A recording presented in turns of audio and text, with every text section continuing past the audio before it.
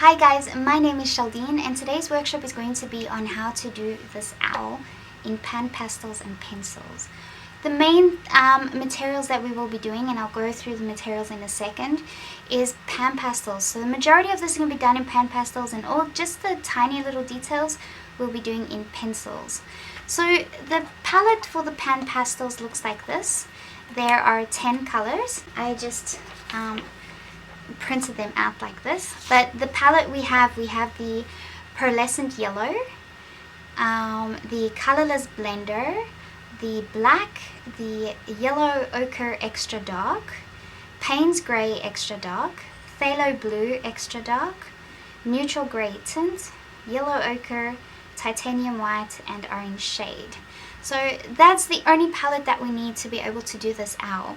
Now the reference of this owl is pretty small, but that is just the reference. We are going to actually put this owl on this entire sheet of paper, so it's going to be pretty huge. So this is an A2, it's bigger than A2.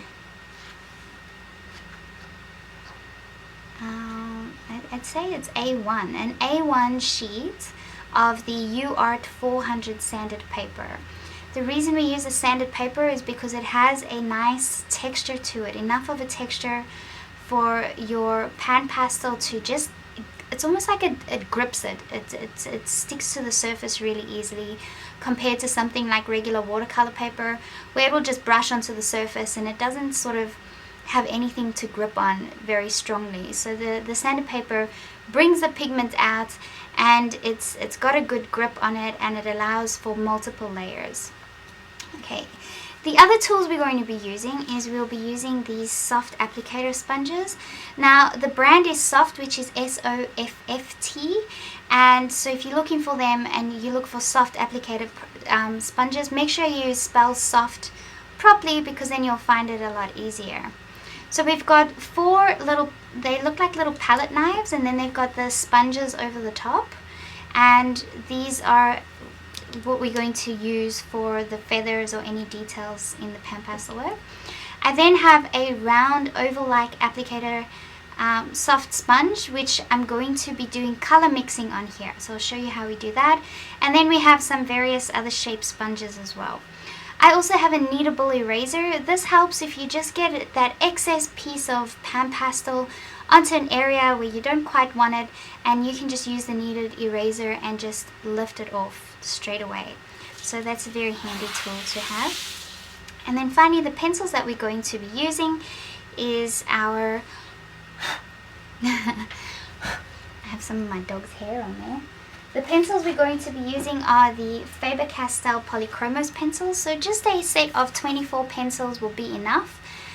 So that's all we're going to use, and we're going to use this for the details in the eyes and the tiny little details of the soft feathers. So anything that you can't exactly get such a fine detail with your pan pastels, we will use the pencils to do that.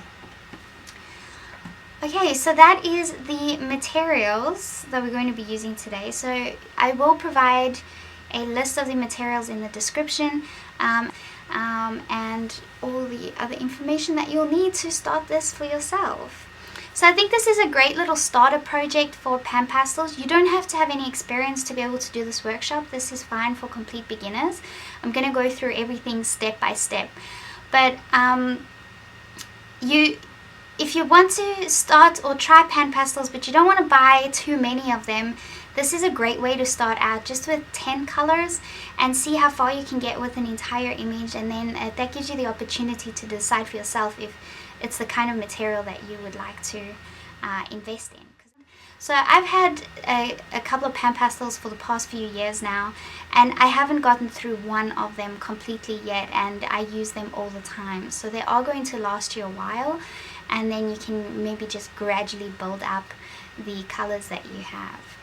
Okay, so we've got the owl over here, and then we've got this giant sheet of paper. So I want to cover this entire piece of paper with this owl. So the first thing I'm going to do, and the beauty about doing something like this is that it doesn't have to be exact. All you want to do with an image like this is you want it to look like an owl in the end. That is all. We don't want to get every feather in place and every detail looking the same, because at the end of this we want our owls to be ours. It needs to be unique and different, and that's what makes an artwork stand out. So all I want to do, the first thing I want to do is I want to put my eyes down. Once I have 2 eyes down on this giant sheet of paper, I can sort of just take it from there. So I want to find a spot on my paper where I want to place these owls. Now looking at the reference with where the placement of the owl is, so if I try and imagine a line down the middle, maybe I can show you with a ruler. So if I see a line down the middle of the page, I can see the eyes are right on top of the middle line of the reference.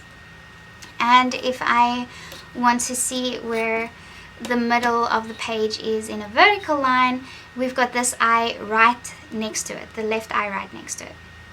So if I can just sort of create an invisible line down the center, I can see that I want my eyes to be placed somewhere over here. And then if I have an invisible line vertically down the sheet of paper, I can see that this eye needs to be just on the right of that vertical line. So just to put those a rough sketch down, I'm going to take a pencil. So let me get this tray out.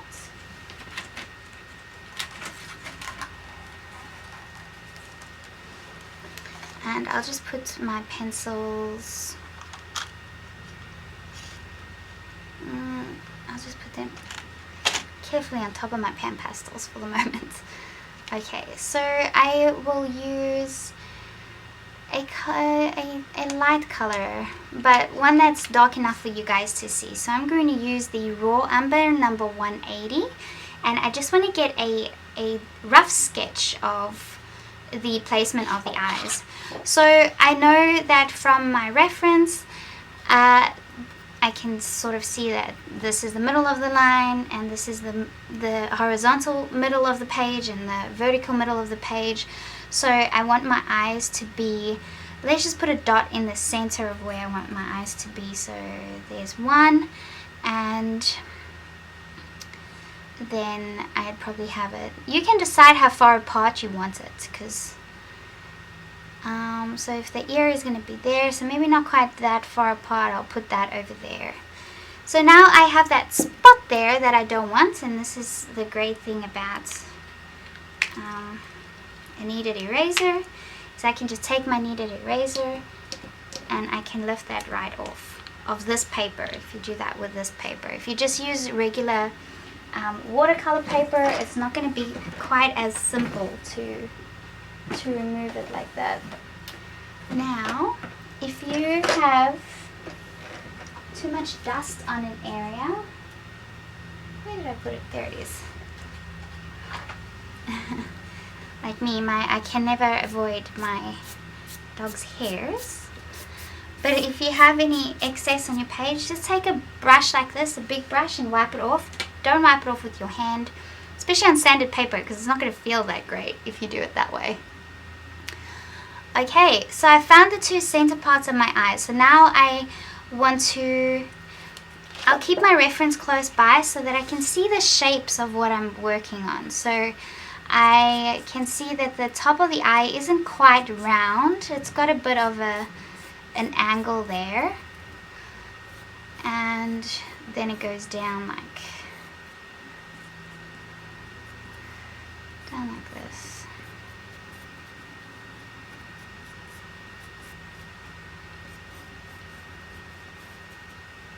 So I am working from the left side of my page. You probably find it easier if you're working from with it directly in front of you. This is just for the purpose of my camera setup. It's just the way that it's sort of working out. Okay, and then this eye. So trying to find out how far the eyes are apart. So I can see I've made my eyes too far apart, like that's like 2 whole eyes apart from each other, whereas the reference shows about an eye. So my eyes either need to be bigger or they need to be closer. So I think what I'm going to do is I'm going to use my kneaded eraser, get rid of this one and bring it closer. So I'm actually glad that I'm doing this on camera because it shows you guys just the sort of things that you have to observe. So the eye is probably about here. So as you gradually add sort of reference points on your drawing, then that is how you start noticing things that need to be adjusted or changed. That's better. This is more rounded here. It's not quite as abrupt. So, like that.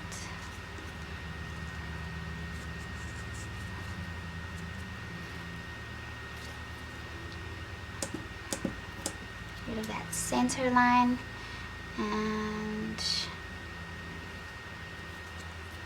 I zoom in for you.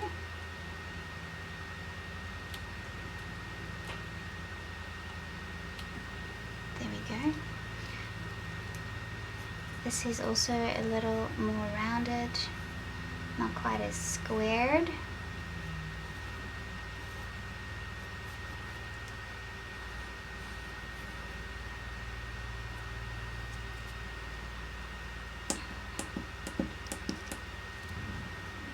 I apologize if you can hear the name.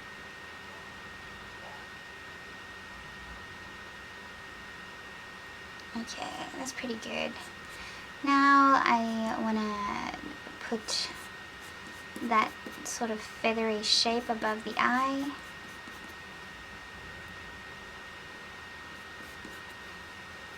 So I just want to establish the important lines that I need, and then we can jump in with the PanPastels. Now don't worry about your pencil marks because it's pretty easy. The minute you apply your PanPastel over the top, it's going to smooth out the pigment that you've put down from your pencil core if you're using this paper. So don't worry too much about your pencil lines. They will blend in with your PanPastels. They're not going to stick out underneath the PanPastels like they do if you're just using colored pencils. So now for the beak. You can almost decide for yourself how large you want the beak. You could exaggerate the beak a bit more if you wanted to make yours look different, or you could make it more rounded. Be creative. So that's the beak, and then we know that we can see, I think my beak needs to be a little bit more centered. It's not quite in the middle of the eyes.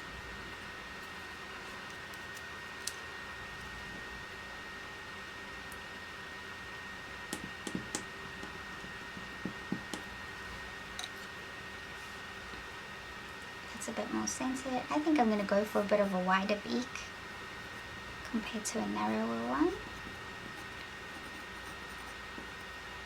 There we go. And then when we put these shadows in underneath the beak, it's going to give the shape of the owl's face a bit more dimension.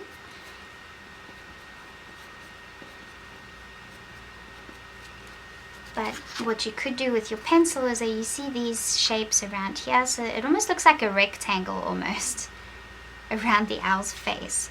So you could actually just put small indications of that shape that's somewhat rectangular, rounded rectangular shape.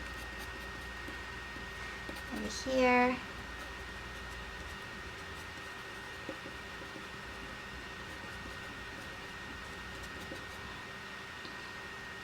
Great, and then just above the eyes here you see there's almost like a V shape.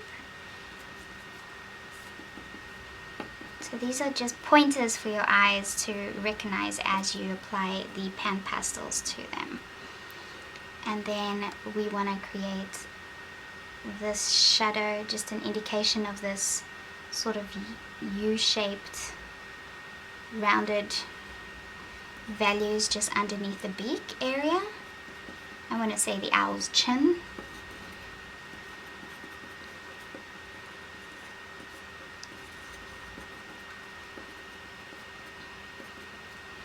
Okay, and then let's do those cute little, I want to call them ears. Cute little ears.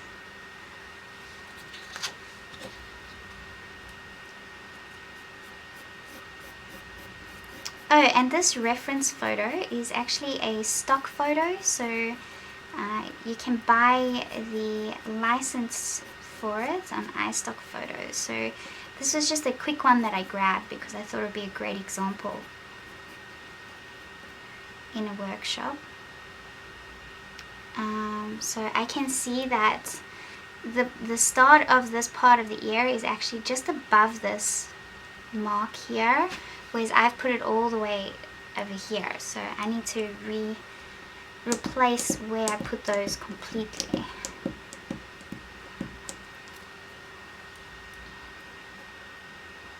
So that's only starting here.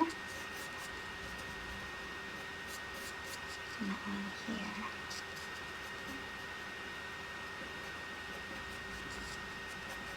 Better. And then this one. But I will put the link to where you could get the reference photo as well.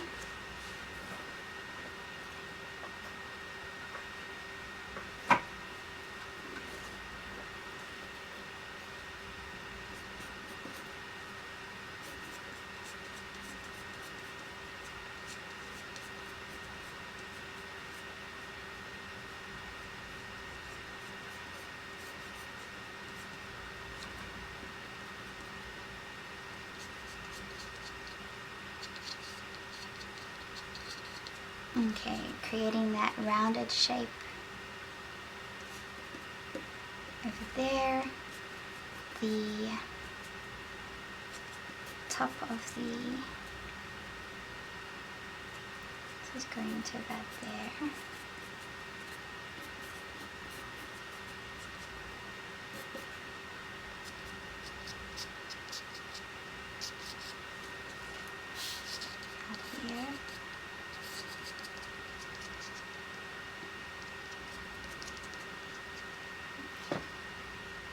Beautiful. And then the only other thing that I want to establish, so I just want to know where this wing is going to sort of start. So I'm going to put this shape in here.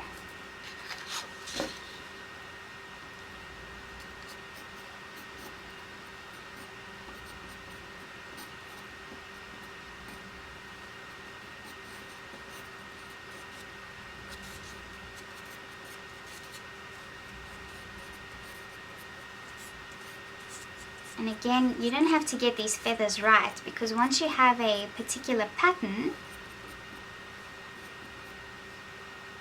you would be able to get enough information from it. So I'm actually going to extend the top of this much more than what you can see in the reference. So I'm going to pull this up further on my drawing. And I like the flow of the feathers because it's leading you to the head of the owl. It's just moving you right there. And if you make them even bigger, it's going to create even more of that flow of direction to the eyes of the owl.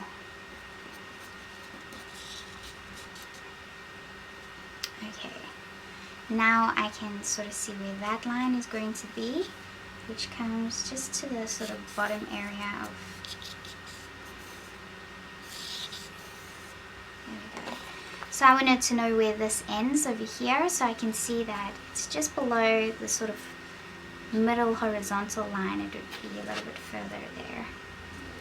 And then we can have all these soft fluffy white feathers, which we can easily do there.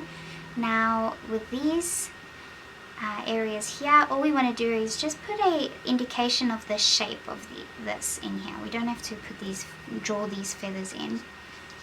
We just want that shape there.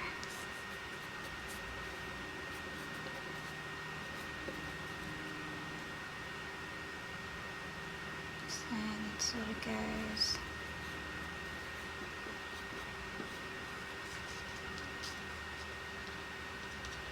And then there's also a wing.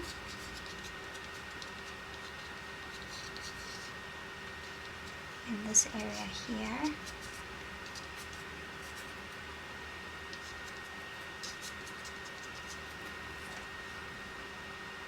Okay.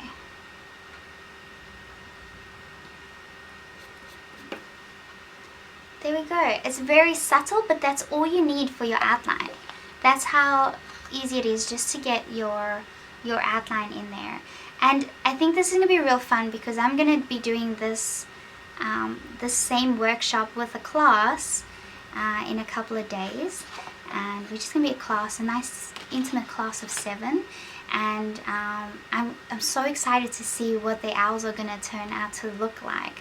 But before this video will be available to everybody over on the PanPastel YouTube channel, I'm going to do the workshop first. So by the time this video has ended, if you're watching it now, you should be able to see how everybody else's owls turned out in the workshop. So I'm really excited for that. I think it's going to be pretty cool. Okay, so that's it for the pencil for now. So I'm going to put the pencils aside. And now we're going to start applying the PanPastels.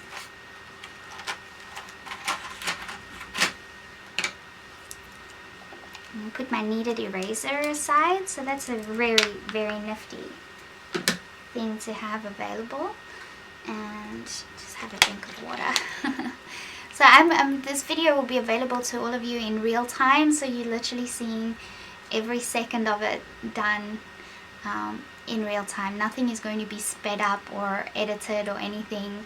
What you see is what you get, and this is a process that I'm going to be taking with this out.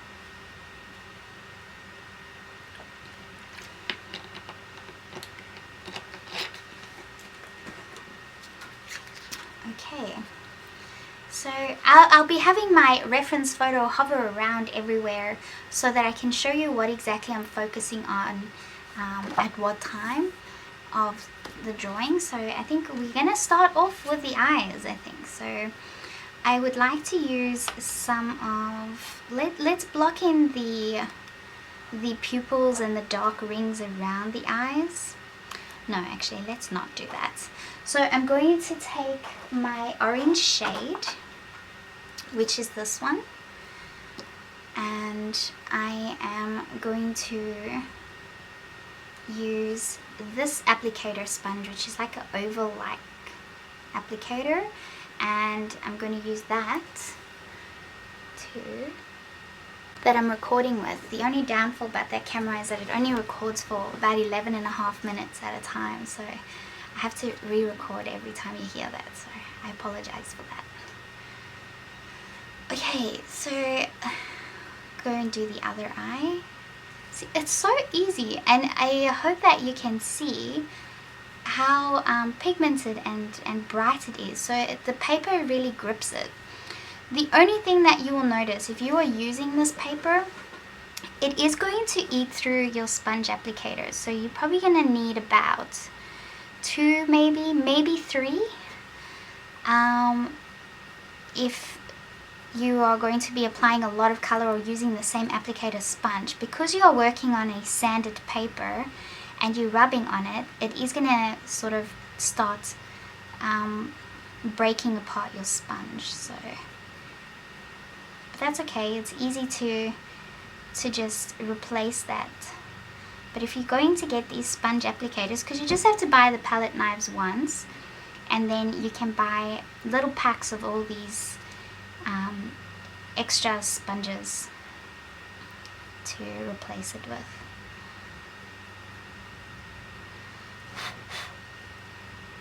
Okay. And you don't even have to be that neat. I mean, look, this eye, I didn't exactly round round it off very neatly. But it doesn't matter, there's so much room for error. You can just keep fixing and adjusting constantly, which is what I love about this stuff.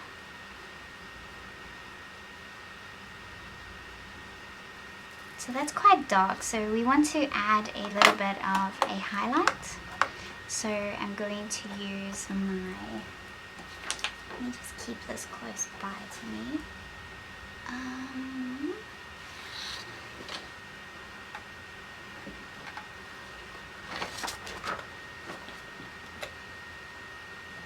So I'm going to use some of the Yellow Ochre, which is over here. So you saw how so if you look at the top of the screen, I have the little palette there.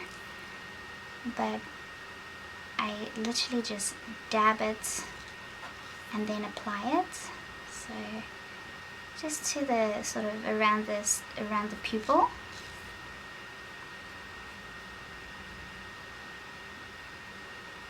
Just adds that extra bit of color. And the same with this one.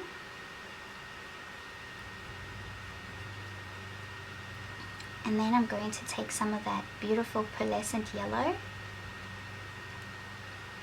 and go over the top. Now you would have seen I don't really clean the sponge off, but if you're going to dip it into another color and you want to clean sponge, all you do is you take a piece of paper towel. Oh dear, I just dropped that. I have a whole roll. You just take a piece of paper towel like that, and then you can clean it off.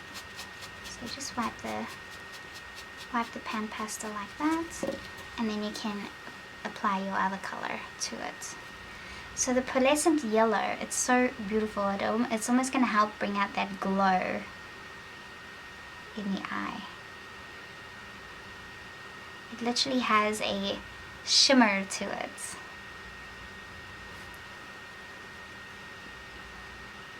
I picked that color in this palette purely for that. Just for the eyes.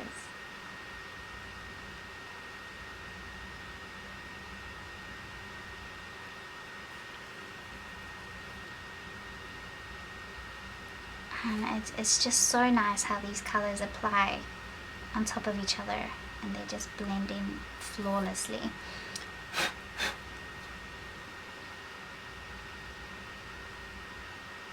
And there's no limit to how many times you can layer that.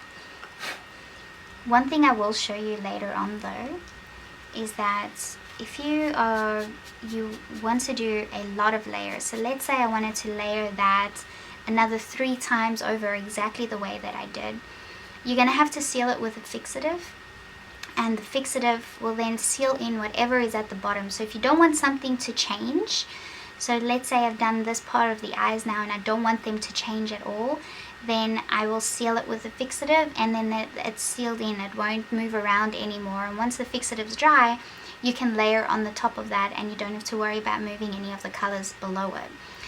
Speaking of that, I forgot to mention that the fixative that I like to use is the Applicators fixative. It's a Workable Matte Fixative, and it says clear permanent protection for pastel, charcoal, chalk and pencil work. So I really like that fixative a lot, so that's an option for you guys. The only thing is, make sure that you have enough ventilation in the room, because it does have quite a bad smell. It dries pretty quick and the smell does disappear quickly, but the extra ventilation is very good. And if you can step out of the room when you do spray it, that would be better as well, after you've sprayed it. Okay, so I'm okay with that. Now what I'd like to do is take my triangular applicator sponge, and I'm going to use the Phthalo Blue Extra Dark, which is this middle blue in my palette here.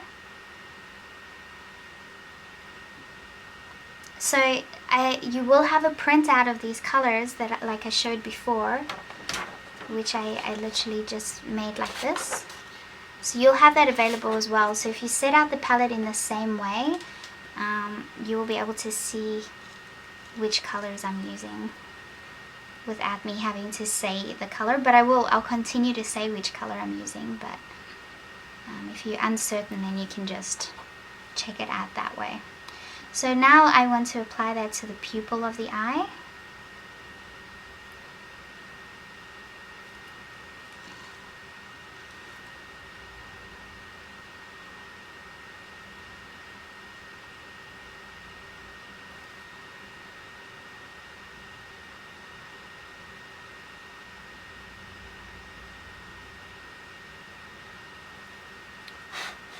So because I won't be editing this video afterwards, that's also another reason I want you guys to know exactly how the colors are set out here, because I'm not literally going to have it listed on the screen.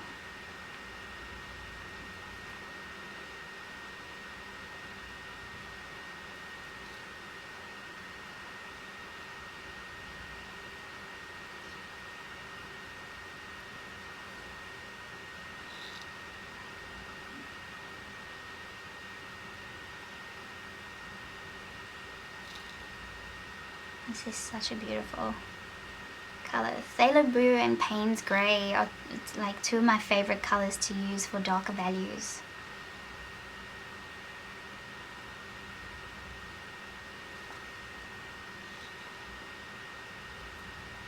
Oopsie. So I just sort of dropped my applicator sponge. But if you had to accidentally get a whole blue line across it, it would be easy enough for you to apply your, I'll do that as an example. So let's say you accidentally did that. You could take your previous sponge, apply the Pearlescent Yellow over the top, and use the color. So it sort of made that a little bit green, but that's okay, because if you keep layering with that color over the top, it's going to eventually fix it up. And that's actually a good color to bring in there.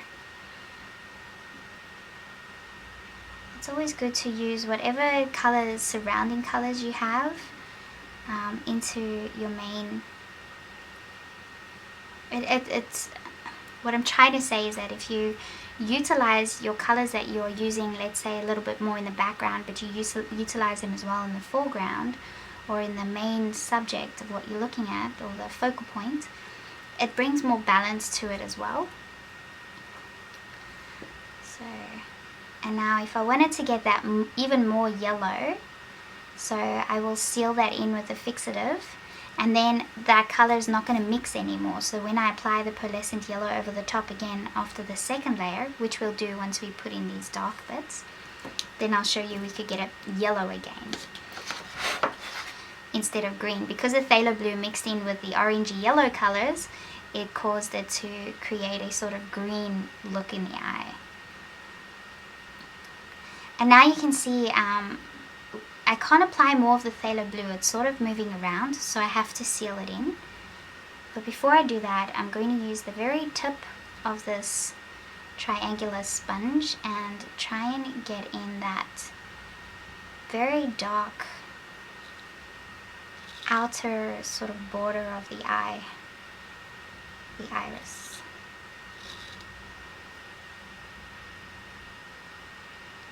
So if you're using the tip of this sponge, you've got a little bit more control.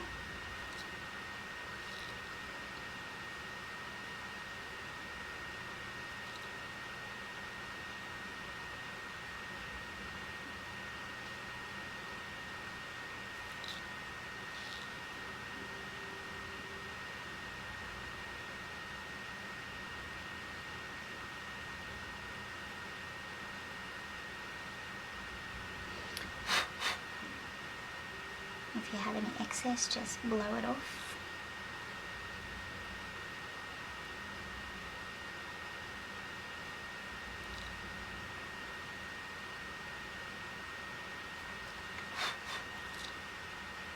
So you see, I won't be able to go too much darker than that because it's going to start moving around. So I have to seal it in first before I can do any more about that. Try and get that square off the screen.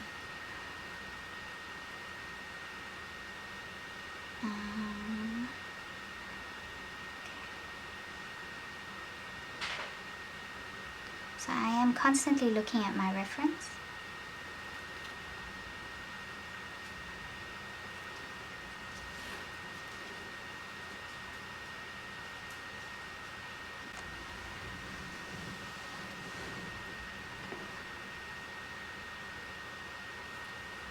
It's actually good to have the DSLR, and because it makes me just stand up for a few seconds after every 10 minutes. Because time just goes, and then the next minute you realize you've got some aches and pains because you haven't been moving around much. So, a blessing in disguise. Okay. So if I want to make that even darker, or I want to make the yellow stand out more, then I am going to need to seal this in first. So make sure that you just cover everything up that's around you. And I'm going to shake my fixative and just spray it over the eyes. I only need it over the eyes, I don't need it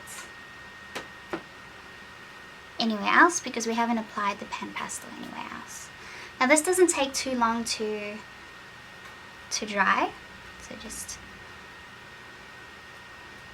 let it do that. While we let that dry, actually maybe we will add a bit to the beak.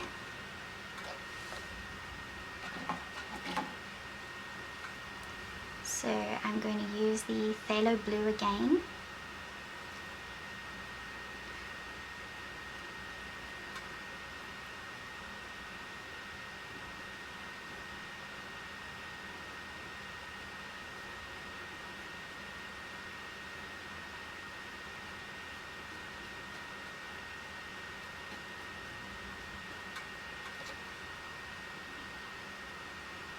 Those little extra bits and pieces you see jumping around is my sponge, because it does wear on the sponge. So there's no need to press hard.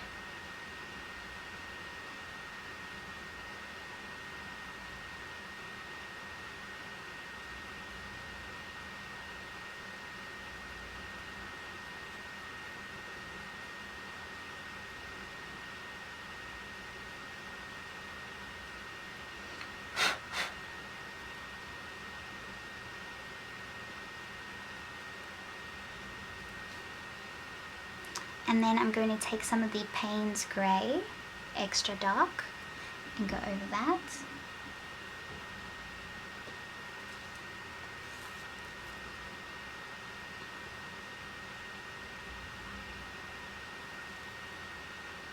And then that's about as far as I'd be able to go, and then I'd have to seal that in as well. So I will be able to add some dark colors there. So I'm gonna actually use some of the black in the pupil of the eye.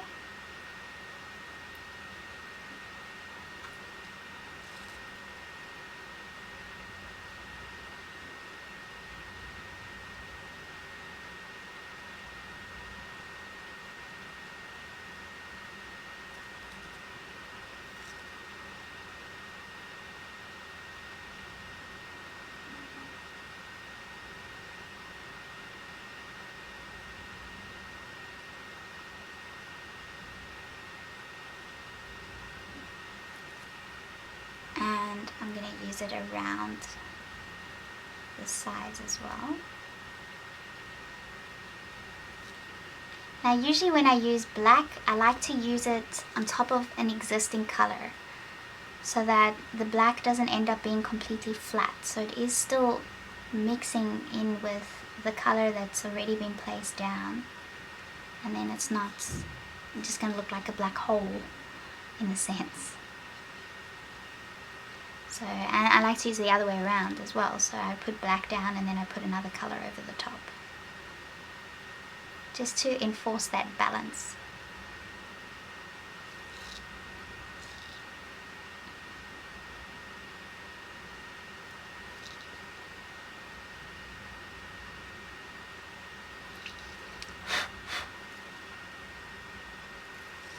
Beautiful. It's gonna look pretty cool now when we add that yellow back into the eye.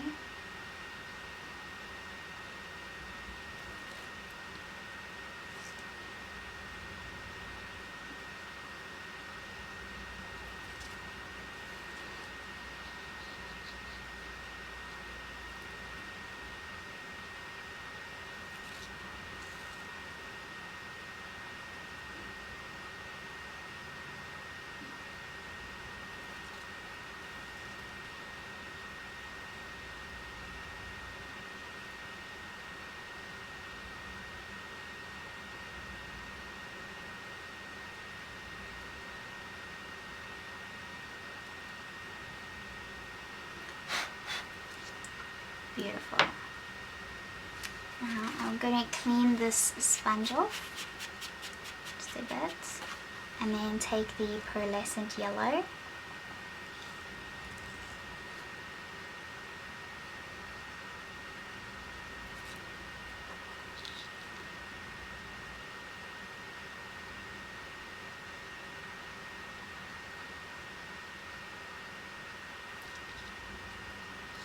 See how much brighter it is now?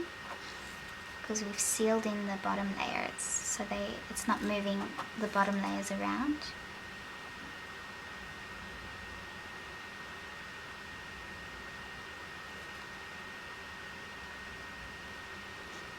And then I think I'm going to use some of the Yellow Ochre.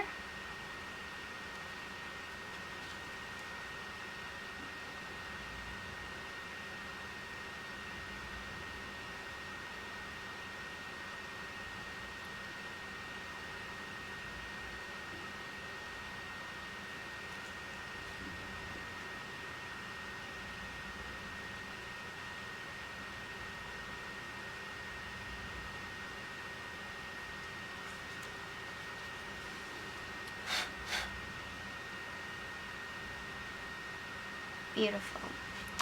Now, there's a very nice bright orange in the eyes that I'd really like to bring out, but I don't have the PanPastel color in that color because we're only using this palette. But we have some nice colors in our pencil set. So we're just using the set of 24 pencils. It's the Faber-Castell Polychromos pencils. And I'll bring the tray out again. So the only real detailing that I'm going to be doing in this entire image is the eyes and the beak, and maybe a little bit on those like eerie parts of the owl.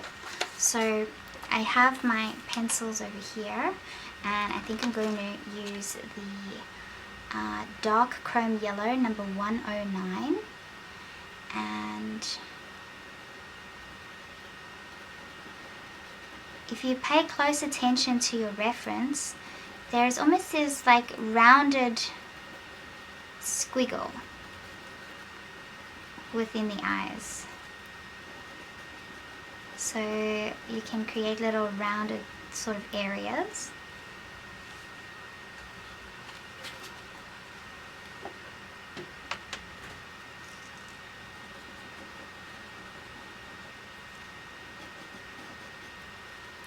And you can also use this pencil to help define that very rounded inner line of the eye, because it is a very geometric sort of line.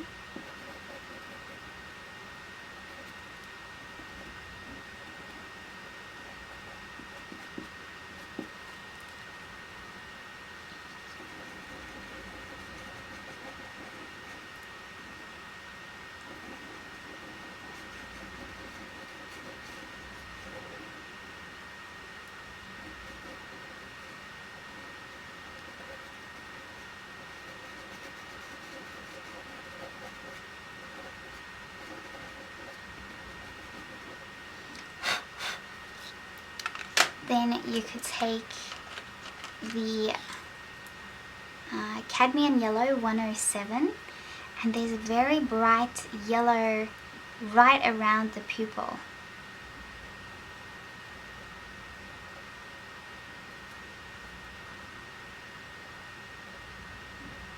Which makes it sort of look glowy. And you can bring that out a bit more.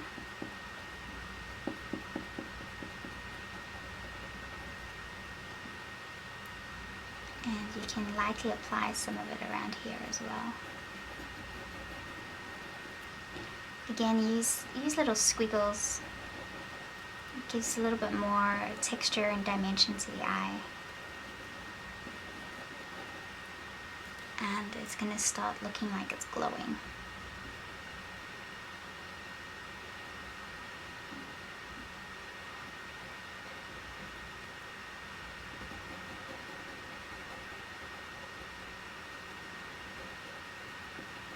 And to make it look like it glows even more,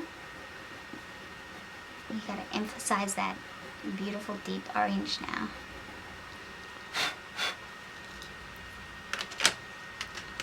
So now we can use the dark cadmium orange, number 115.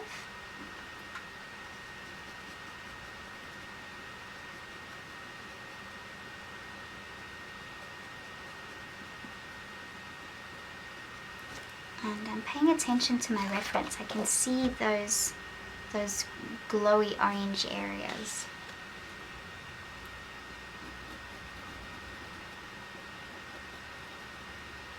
So constantly look at your reference. And I'm creating soft little squiggles. I'm not putting any pressure. I'm putting very, very little pressure.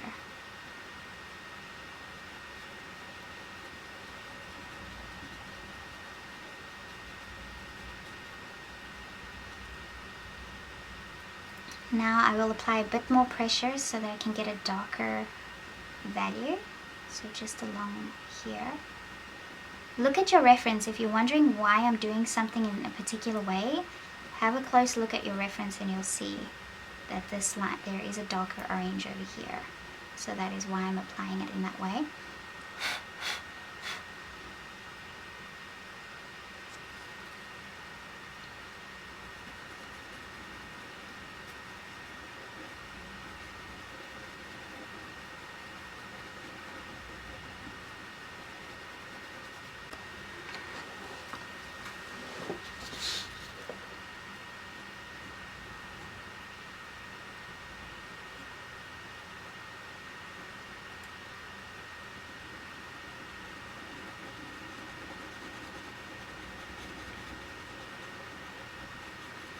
Just shading in the darkest part of the pupil. The top will be more of a blue. And then let's do that very strong outer eye. I'm not sure what to call it. The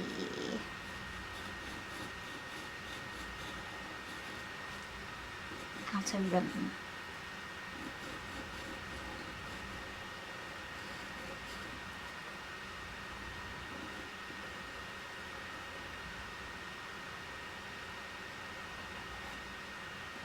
You may be wondering, why didn't you just do the whole eye in pencil instead of PanPastel? You can. You can if you want to. But the whole point of this is to show you how pencils and PanPastels can work together. And this is the only detailed part, which we need pencils for, because we can't get as fine a detail with the PanPastel.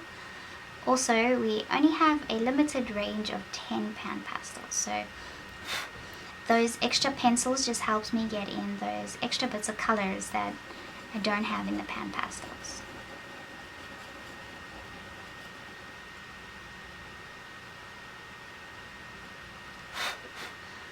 Now, I do have the whole set of PanPastels. but you may not, so we're making sure to keep this limited to just this handful of materials.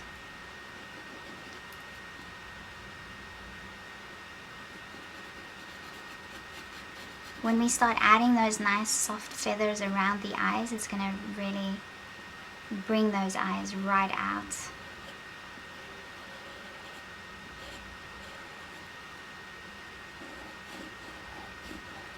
And you don't have to make the eyes orange. You could make them blue if you wanted, or green, or whatever color you want.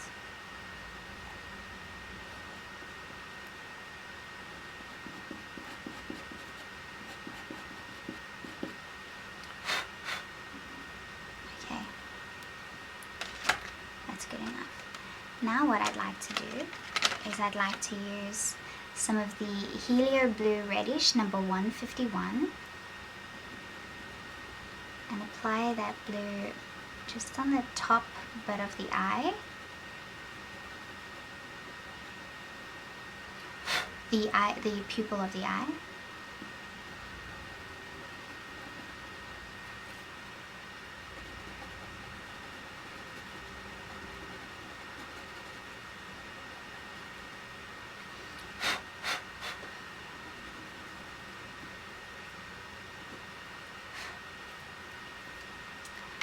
And then use the light ultramarine 140, and we're going to put in those highlights.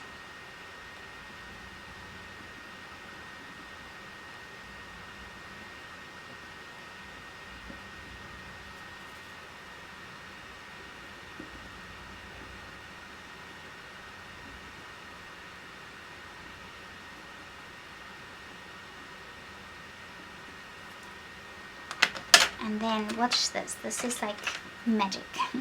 So now we're going to use the white and go over those areas with the brightest highlights.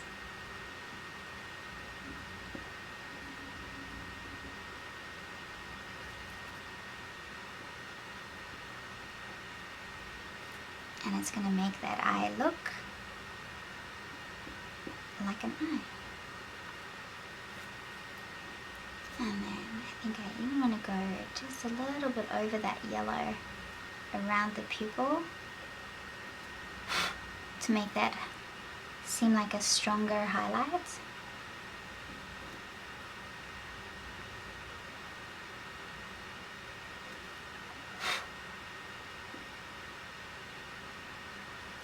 And then you can also add a little bit of the white to add more texture to the eye.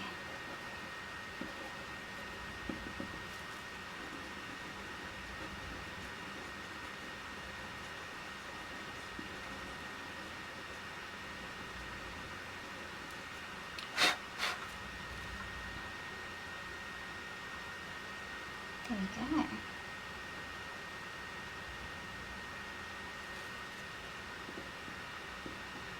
If you want stronger highlights, just add a stronger amount of the white. Okay. Beautiful.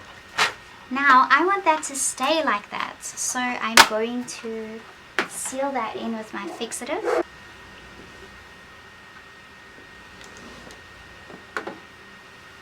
Sorry about that. Okay. So now we are going to seal that in. Shake your bottle.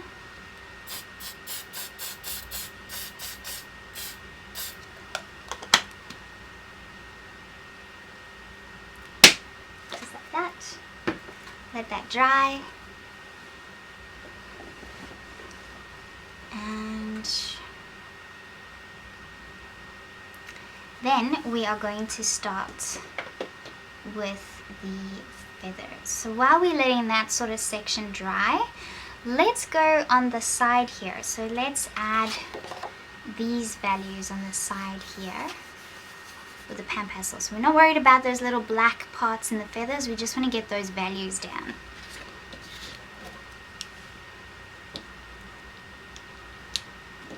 So I'm going to use this square applicator sponge, and what you can do, okay, let me show you how to mix. So if you have a sponge like this, a round sponge, or just any sponge that has a fairly big surface, like this one, zoom out a bit,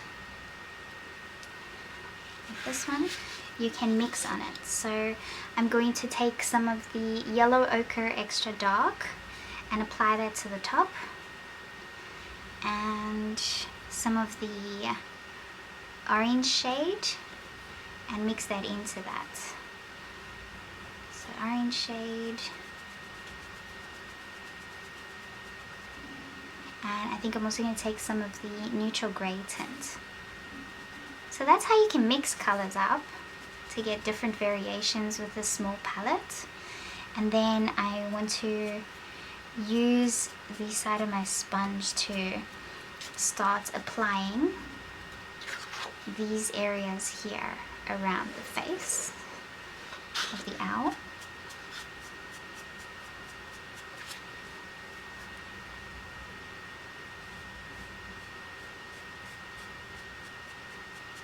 Actually, let's use a bigger sponge.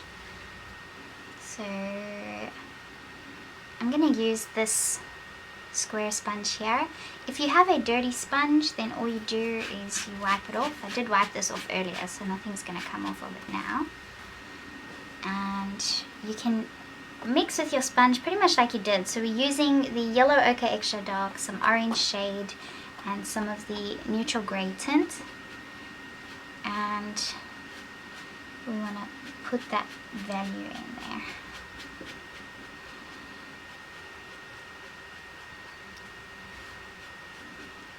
Now this is also really nifty. So we've got a Colourless Blender in here. So if you take the Colourless Blender and you want to spread this out further, you can just apply the Colourless Blender and push whatever you've got down already. You can make it go even further, if that makes sense. So let's say we were here, and I don't really want that to go too much further, but let's say I wanted to make that go further. I've still got Colourless Blender on here, but there's a limit to how far you can take it, and the Colourless Blender just helps you extend it even more. So this is also great if you're going to do skin tones or something.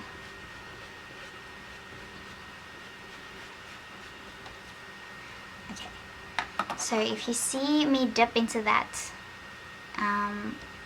it looks like white, but it's not. The titanium white's down at the bottom. This one is the Colourless Blender. So I just want to continue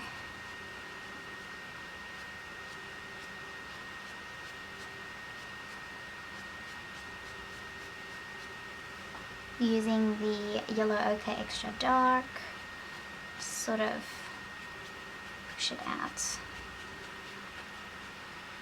And here.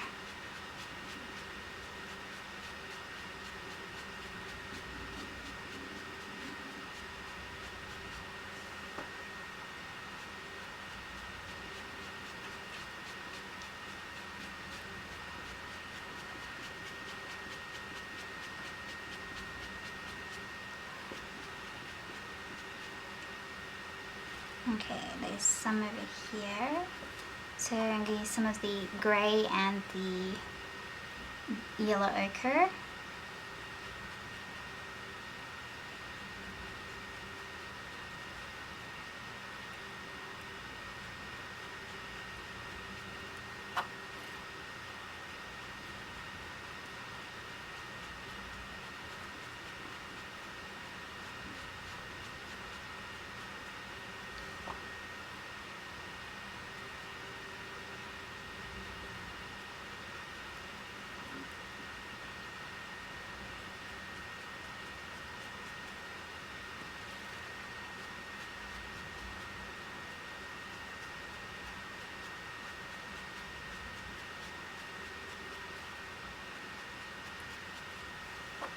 The grey and the dark yellow ochre.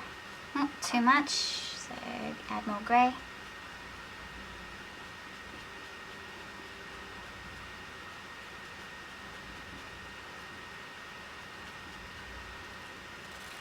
use the sort of straight tip of the sponge to go over or around the eye.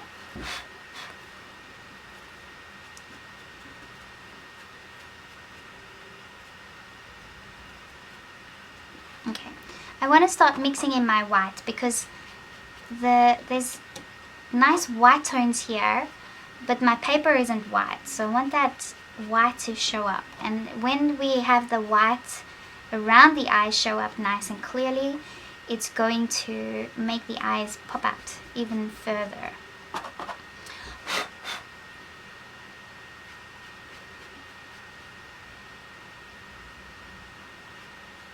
So I'm not worried about textures or anything right now, it's just value.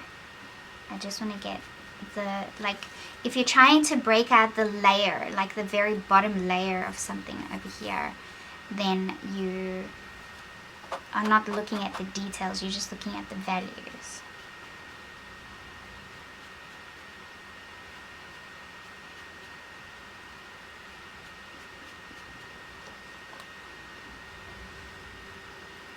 So using whites.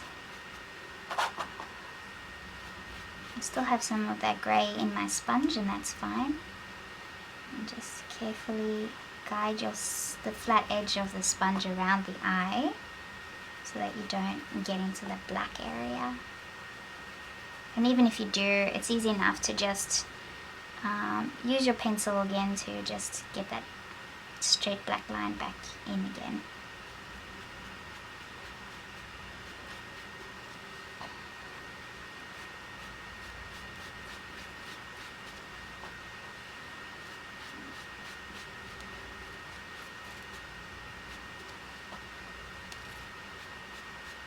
Now if I wanted that to be even whiter, I'd have to seal this in, because I won't be able to get that even lighter now.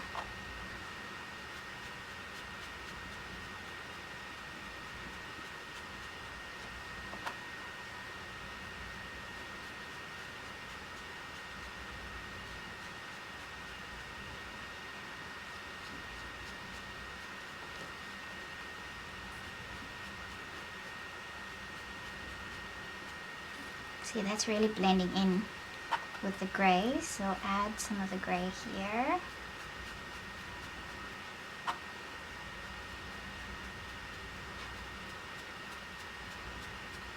So I'm using the flat tip of the brush.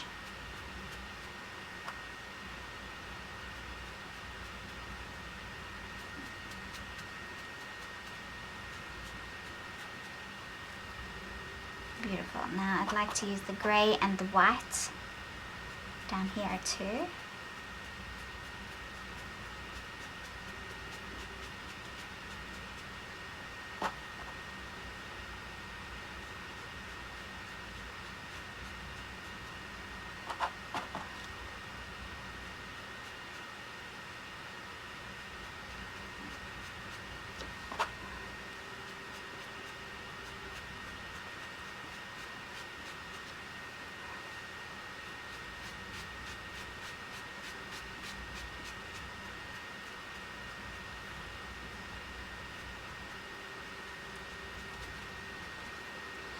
Some of the yellow ochre extra dark here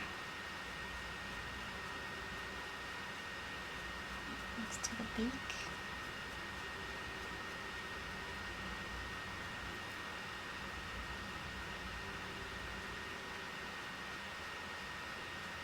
Underneath it.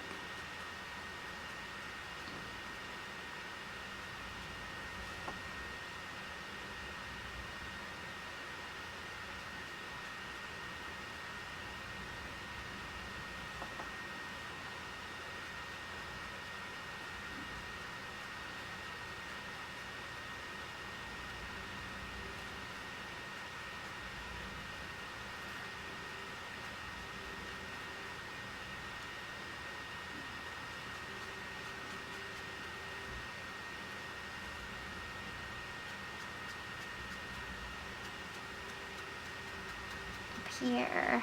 Okay, cool. Do you see how it's starting to take shape? It's starting to form something. Okay, so again I'm going to use the Yellow Ochre Extra Dark, and go into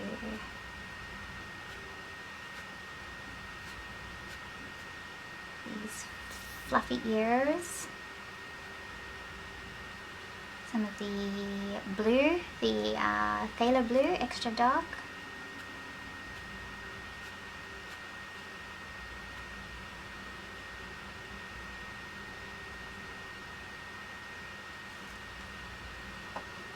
Yellow Ochre and the Phthalo blue can go in here.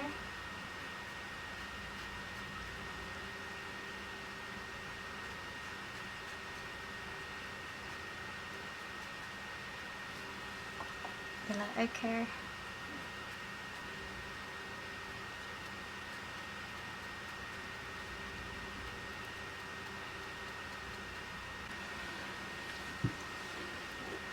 So basically what I'm doing is I'm just getting like an underpainting done.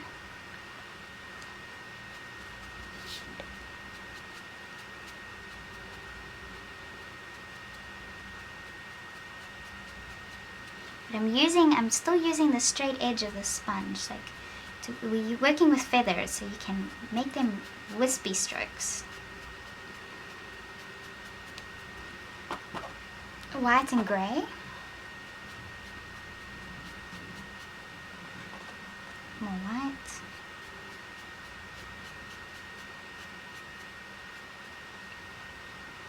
White.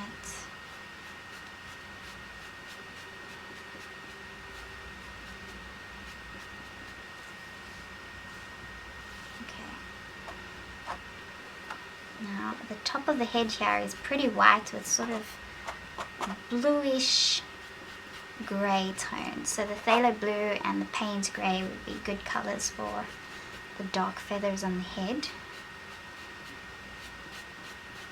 So I'm just applying white now.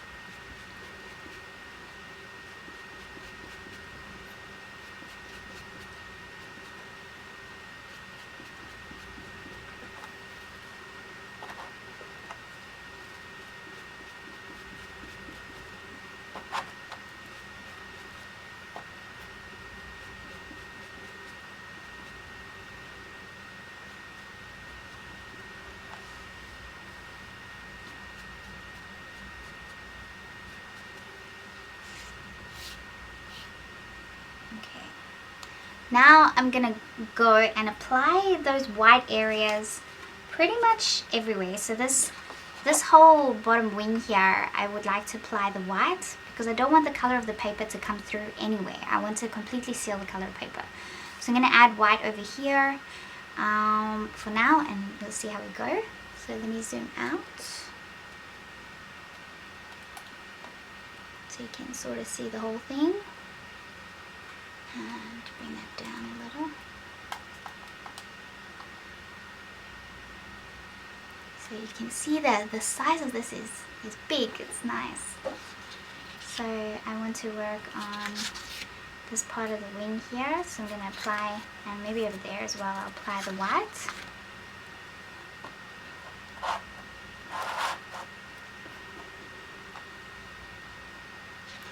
And just pretty much going all the way from there.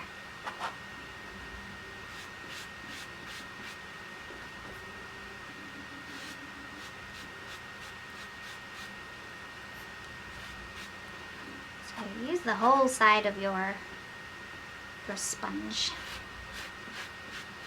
to cover more. Let's take this out.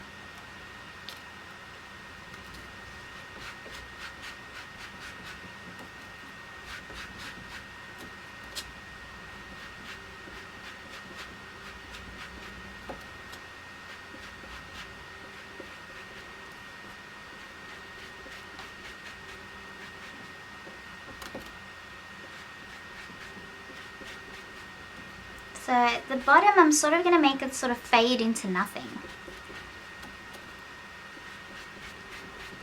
because I'm going further than my reference. So this is the line where my reference ends, but I'm going further than what my reference shows me. So I'm just going to have whatever is further than what my reference shows me is just going to end up being just a softer space where this color just extends into nothing.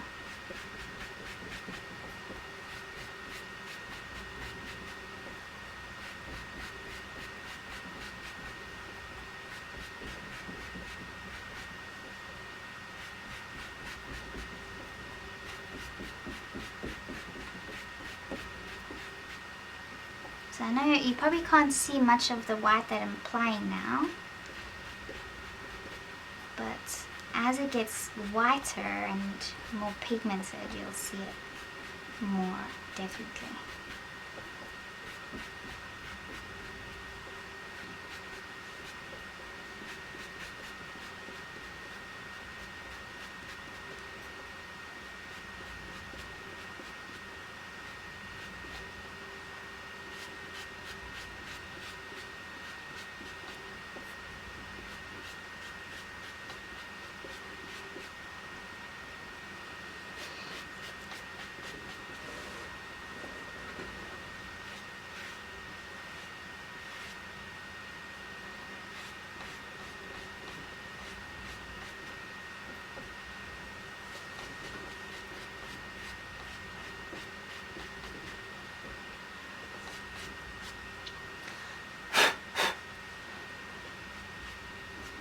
I have to reach right over to get that end.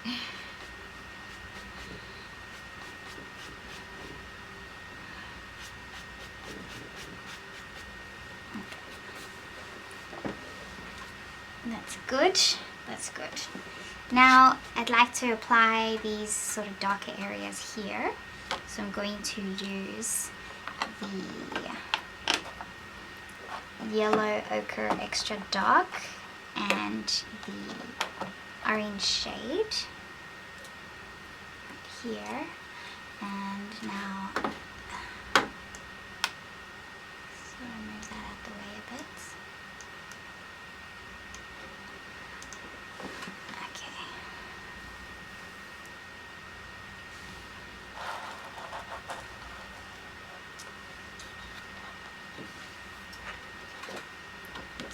So sort of just dipping into both. Need more of that one.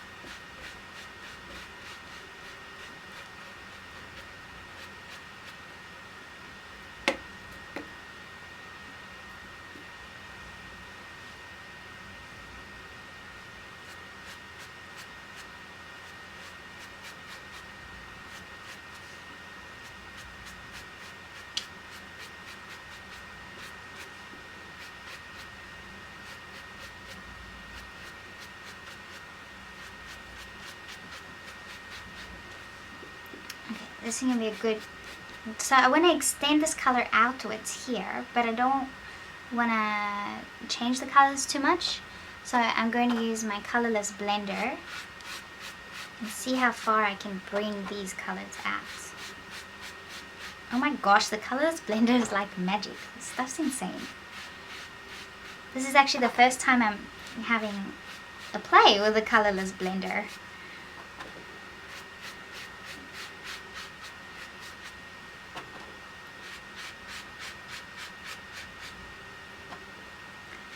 It brings it all right across. Wow.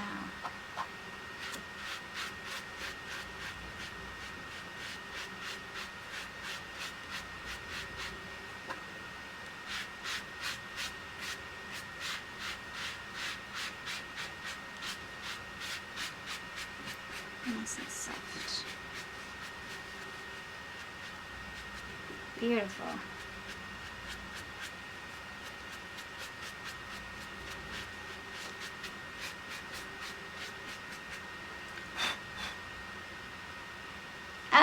loving the look of it already. Okay, so that's that. Now let's put that one away. And we're going to be using more of the Yellow Ochre Extra Dark here at the bottom with the grey, with the neutral grey tint. So those two. Now I'll just clean this off.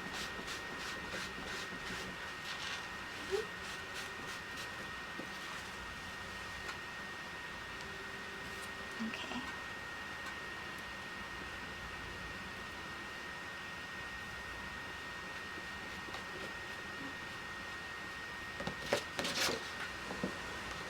So looking at this area here,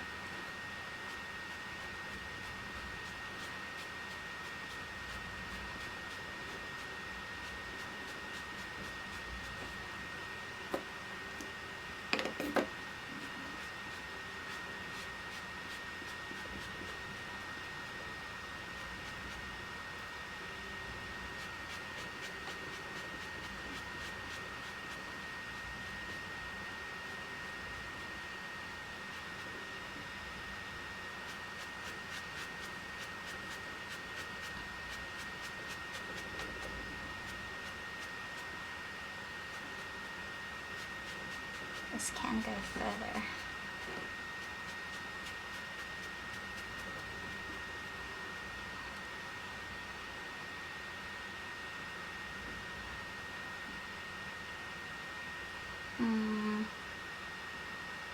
Okay.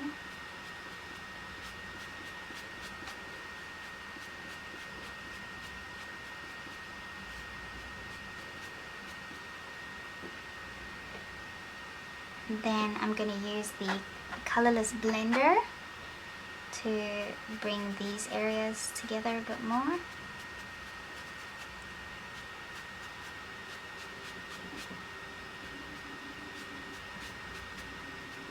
Use the white. Lighten up some areas here.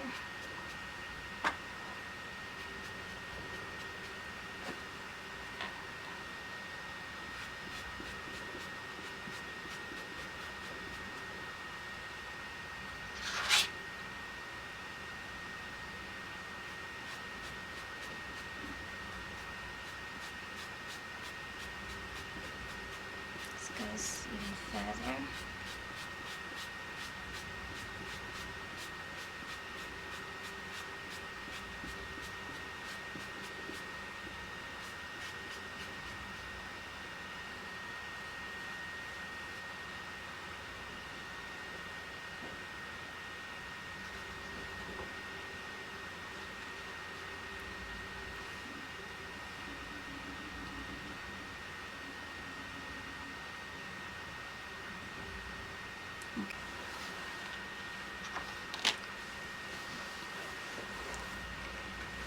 So now we want to sort of get some shapes in over here. So I think what I'm going to use for that is I'm going to use this round one, and then I'm going to sort of just use the shape of it to create these grey sort of feathered textures. And all I'm going to use for that is the grey, the neutral grey tint.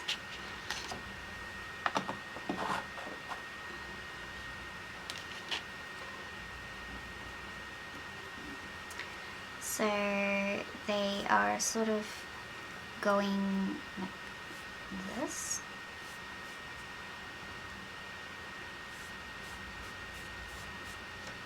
It doesn't have to be perfect. We just want to get a general shape of the feathers.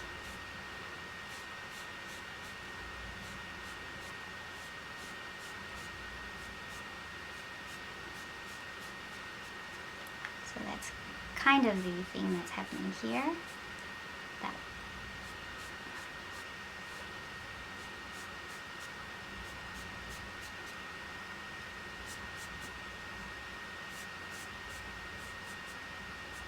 it's a little bit more rough and textured this side.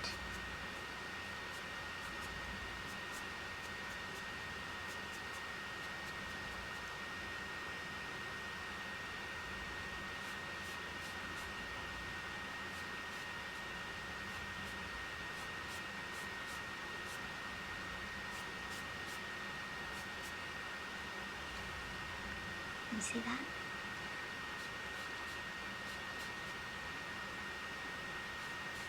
Make it wider.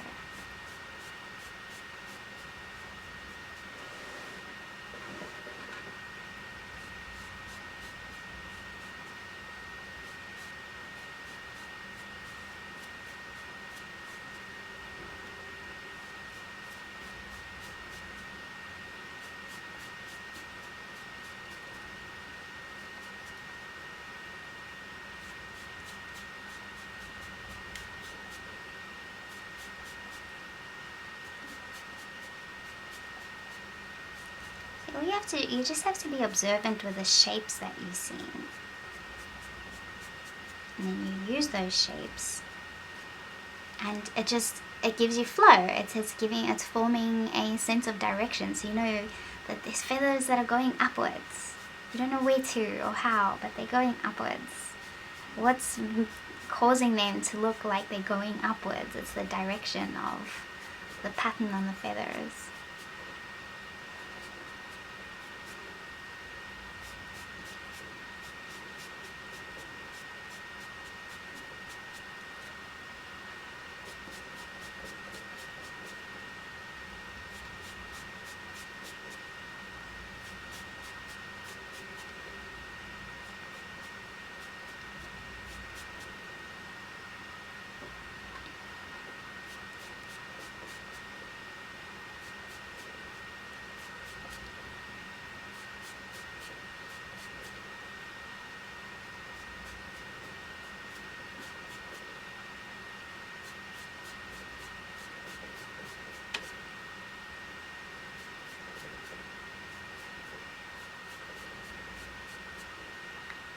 So I'm just going to continue with that pattern all the way.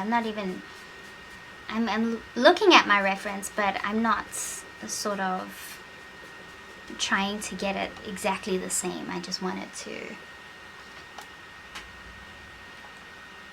kind of get there.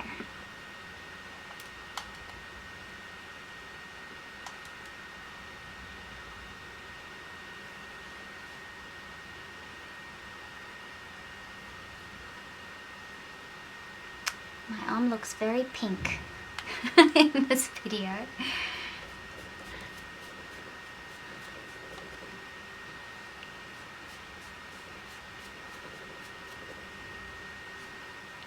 Okay, and then this side, they almost look wider and more circular.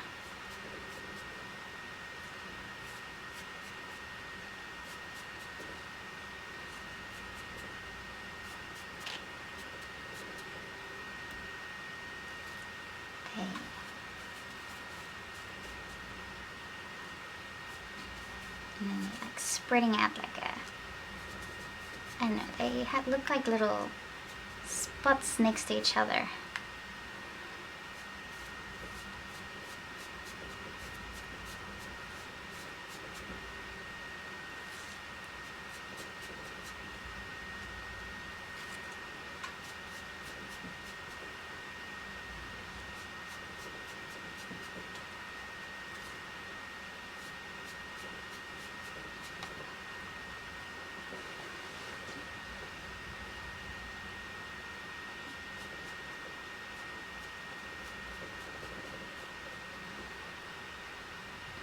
See that? How cool is that? So we've created a flow. There's so much movement in it. It just draws you straight to the eyes, which is what you want. Exactly what you want. Okay. Now,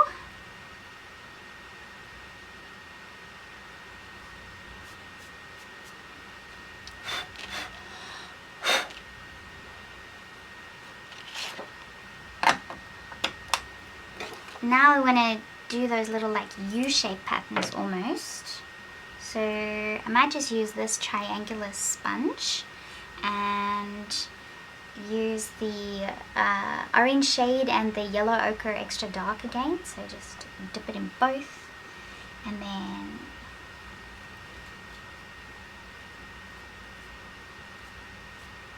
create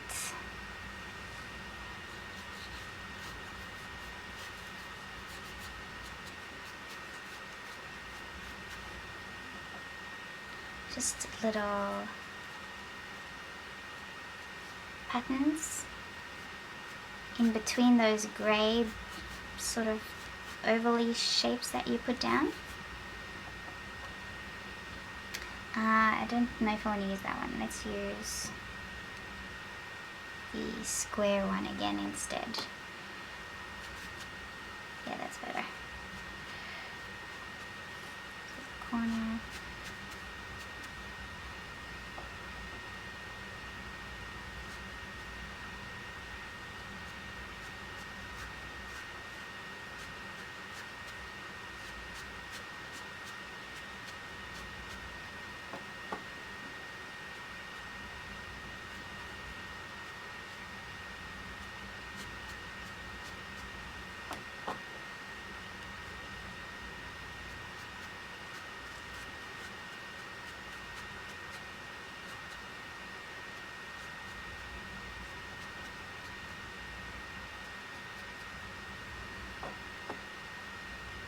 Can you see what I'm doing? I'm just sort of going in between those shapes. Because it just looks like little rounded ovals and rounded rectangles. That's what it looks like. So we want to do that without getting too particular about details.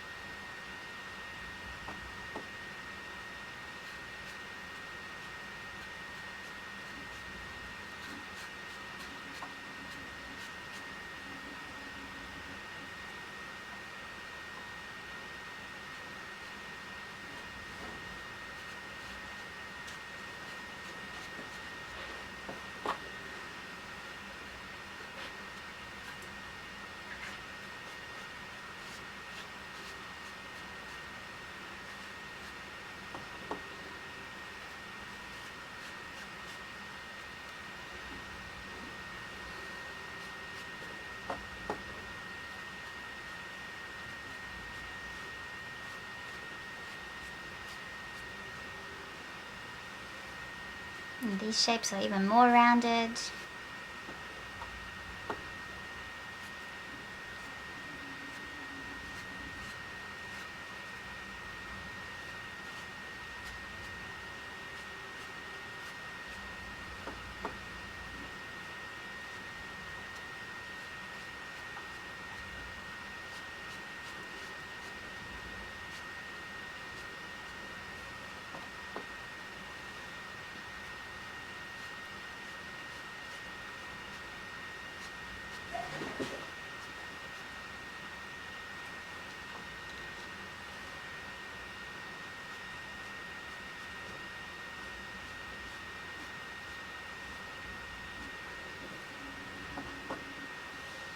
And it's pretty dark over here.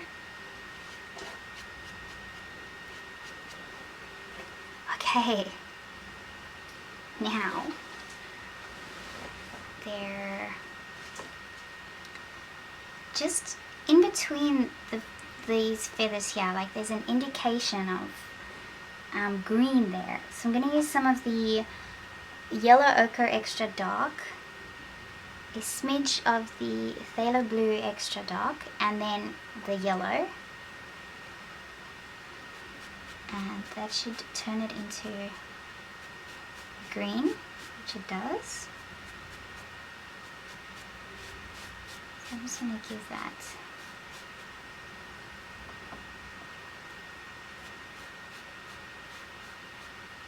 put that indication of a green in the background there.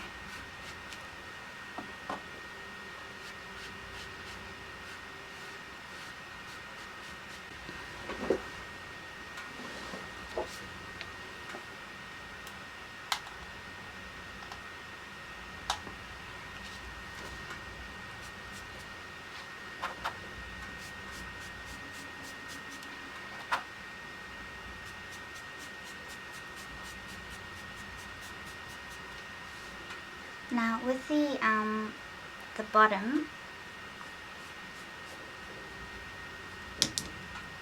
move this down a bit more.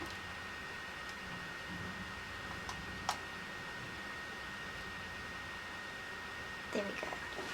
So I'd like to use, I'll probably just use this rounded like sponge and my Colourless Blender. And I want my Colourless Blender to blend whatever colors I have at the bottom, to sort of fade them in.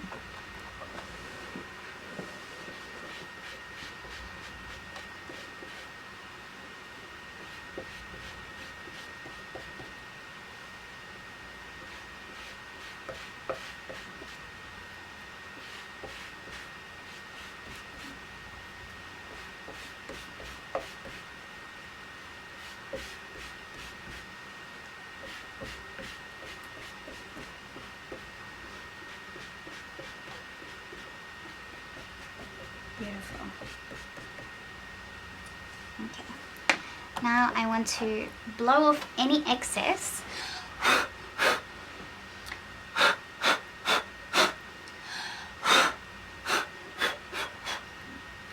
Just so that when we seal it in now, we're not going to seal any of those extra little dark bits that may have flooded around.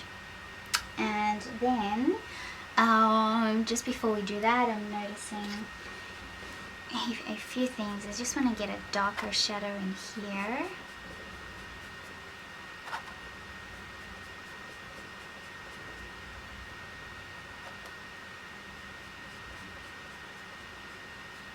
That's better.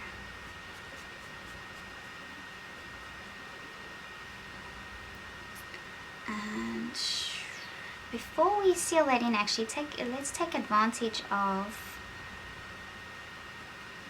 some of the other patterns in here. So I'm going to use the Paynes Grey. I'm just going to flick some little textures in here, just so that it's a little more clear where the end of the head sort of is.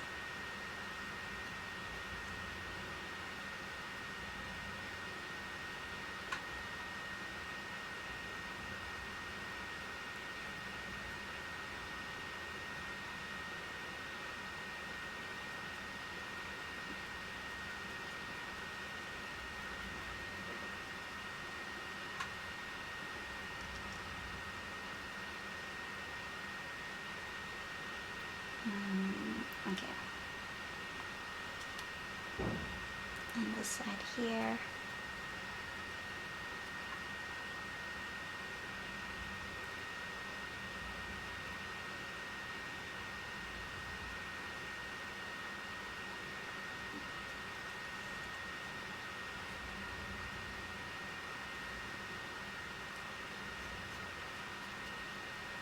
Okay, that'll do for now.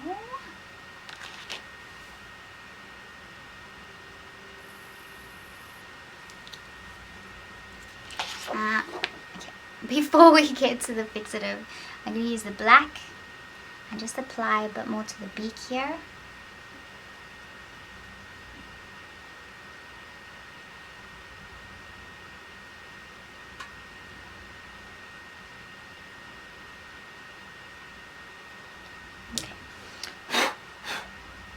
Beautiful. Now I'm going to spray all of this, and then I'm going to leave the room for a few minutes.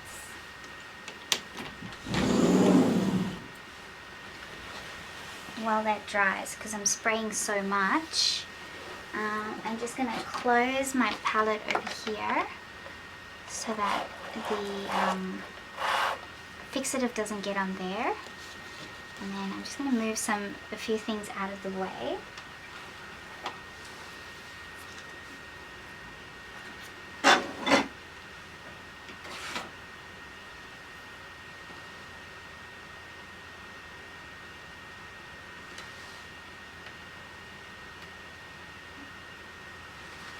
Okay, because I don't want the fixative to get on everything.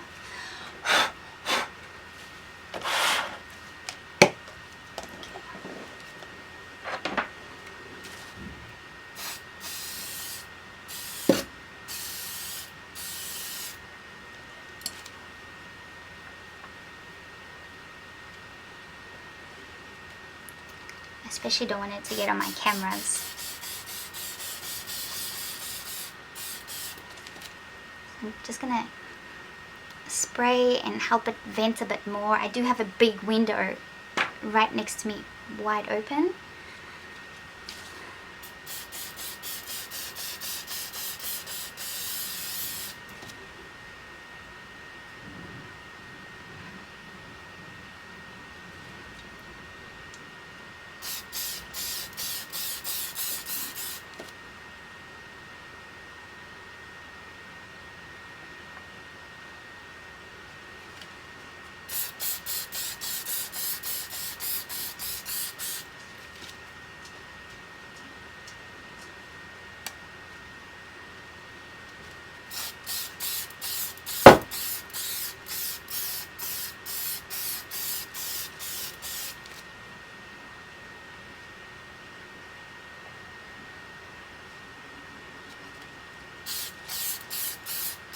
And make sure that I'm sealing it all in properly.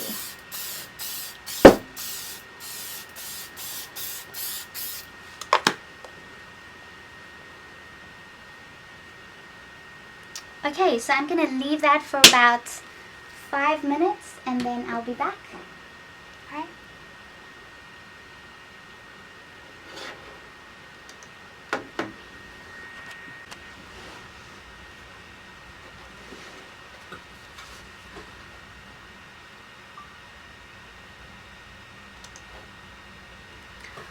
Okay guys, so I did say that I'm gonna just step away and let it dry with the fixative, but then I ended up having lunch and I ended up doing a couple of other things, and now I'm already into my next day.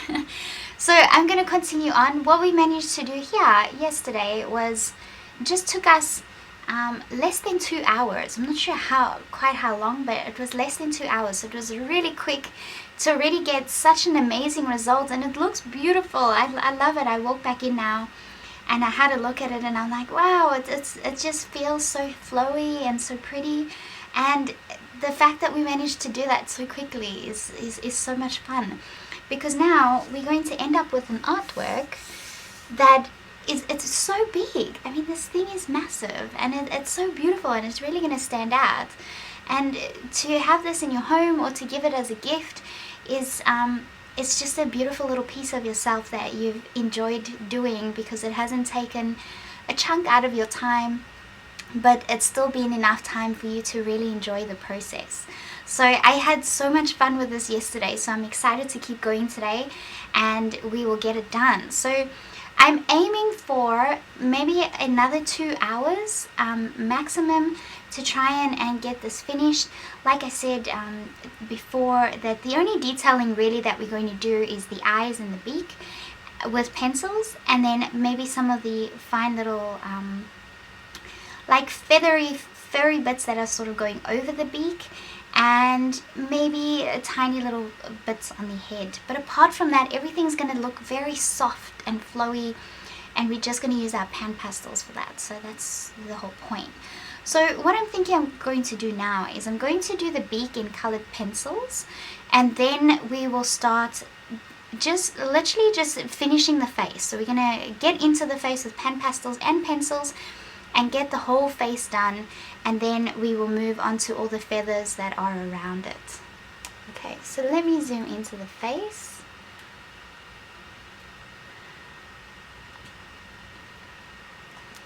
And let's see how much we can get done there. Look at those eyes. Those eyes they look so bold and wise, like they can see exactly what you are or who you are. Okie dokie. So let me get my pencils. Put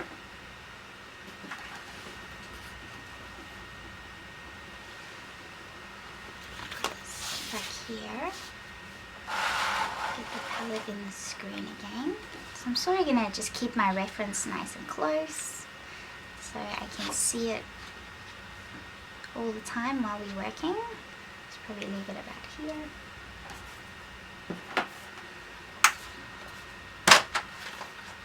And I've got my pencils. Radio. So I think what I'd like to do is sort of the same as what we did with the pupil. So we're going to put black at the bottom of the beak and then have it go into a nice blue. And I'm not too fussed about the white feathery bits over the beak. I'm going to do the entire beak just like that, because it's easy enough when you're using sanded paper. If you use a lighter pencil, it will show up over the darker pencil. So we'd be able to get those soft pieces of feathers over the beak quite easily with a white pencil. So just using the black, I want to make sure I'm defining the edge of my beak nice and clearly.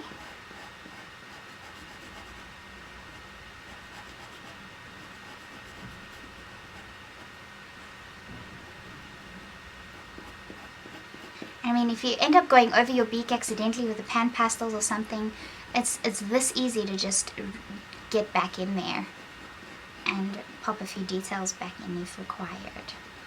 So it seems like it's quite dark on this side of the beak and this side as well.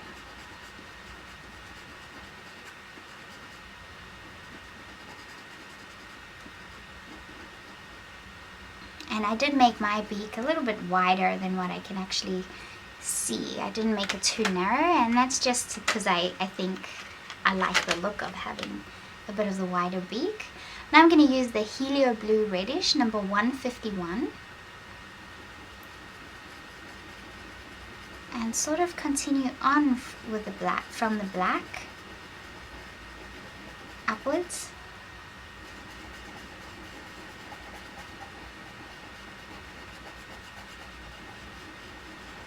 Just like that.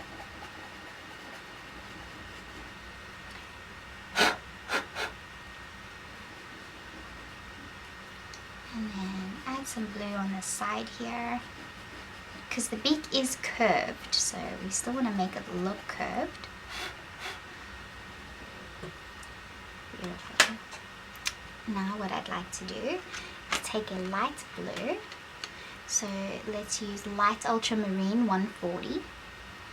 I can see there's sort of like an arch on the top of the beak here,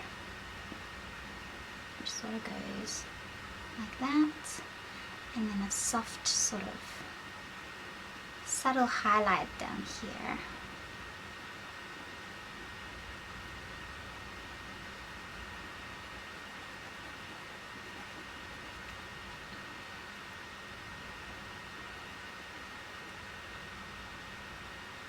And even a very subtle bit of the blue on the edges here. That's also going to help make the beak look a bit more curved.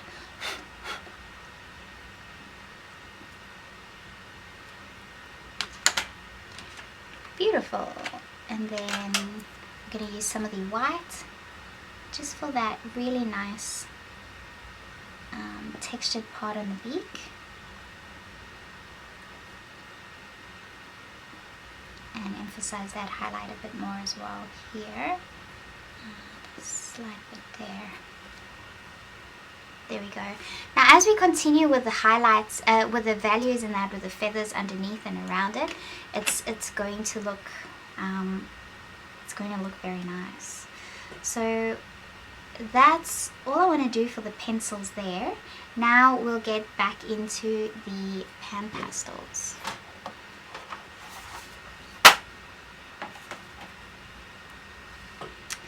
So around the face it is lighter. So I want to enhance those white sort of tones. So looking at my reference, it's quite light over there, and I'd like it to be even lighter. So there, it's almost like a cool grey sort of color. Oopsie. So I'm going to use the titanium white and just bring more of that. And you can use whatever little sponges you want. Like it's, you sort of just have to pick one and just go with it. There's no, you don't have to use any specific one. So like if I feel like I need to get a narrower texture, I sort of just tilt my sponge to the side and use the long edge of it to create that softer sort of textured look.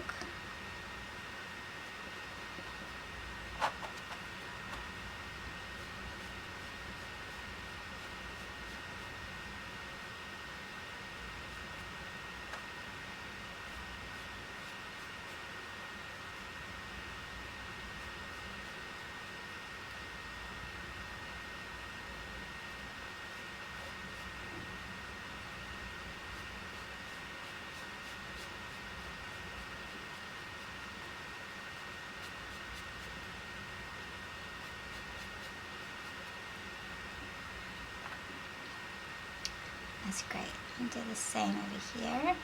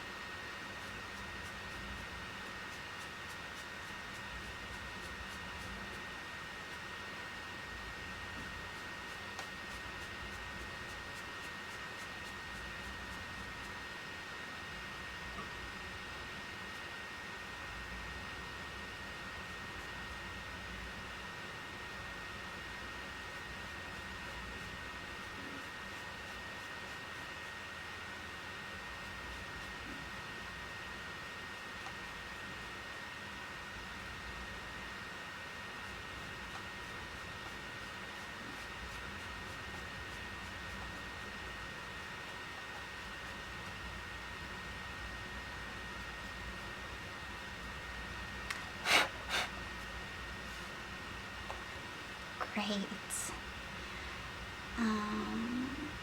Now what I think I'm going to do is I'm going to mix it very lightly. So I've got this side of this round sponge. I have wiped it off a lot, so this color shouldn't have too much of an effect. But I'm going to use the white, and I'm going to use a tiny bit of the Phthalo blue extra dark. Because there's this sort of blue-grey texture in some of those pieces of fur, and it needs to be very subtle.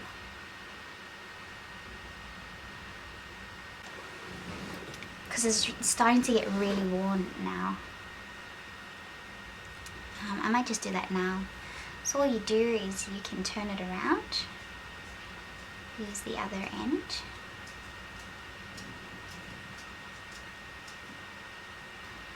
that end. So using the white,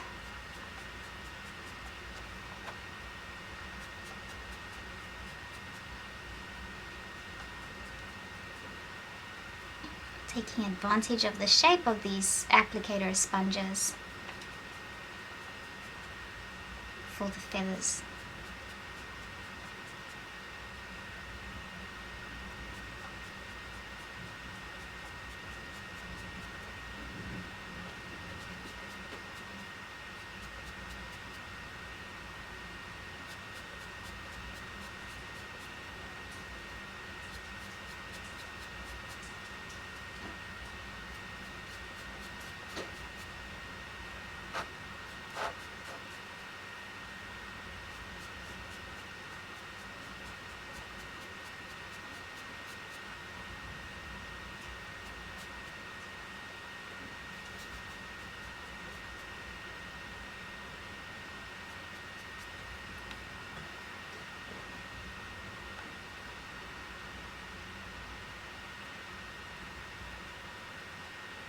So that side of the face is darker, there's more light. This side, not that much light on that side.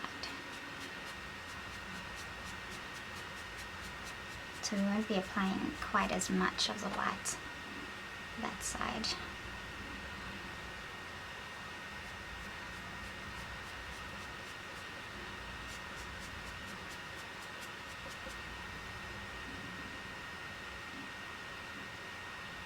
Okay. Now I'd like to mix up a bit of the Yellow Ochre Extra Dark and the orange shade.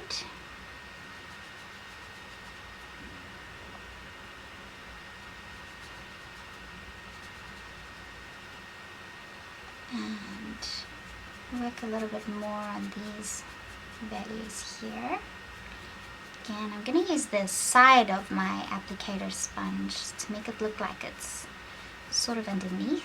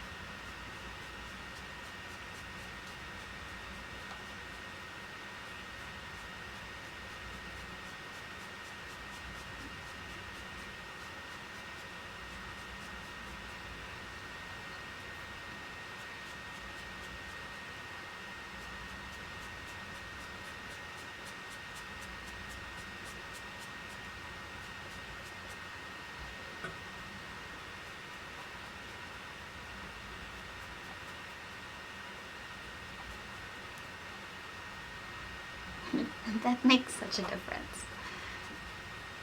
Okay.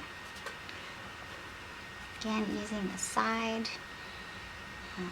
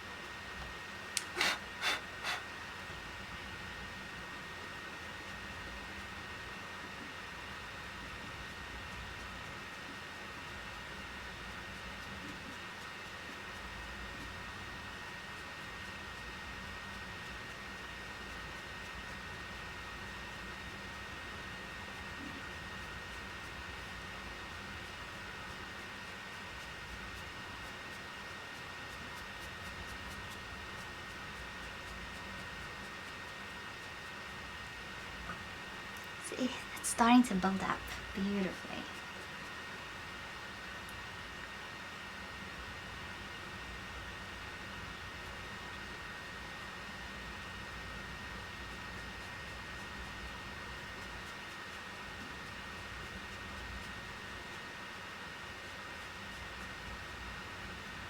take advantage of excess that's left on your sponge just to almost create like a glaze almost in some areas that require just a hint of more color.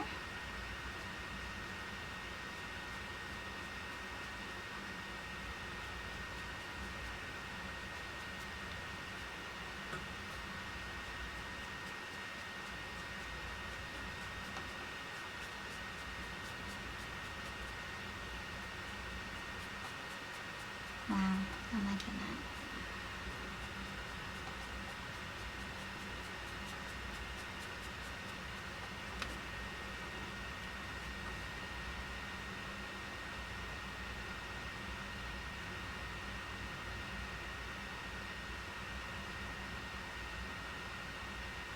Okay. Now, let's do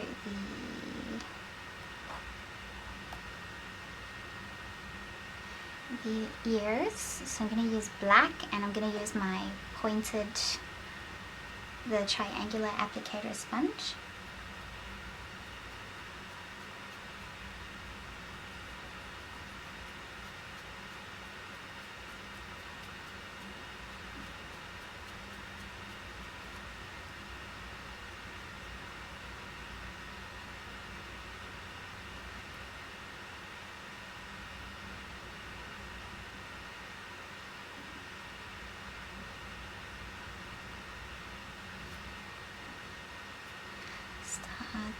Using it to create some details.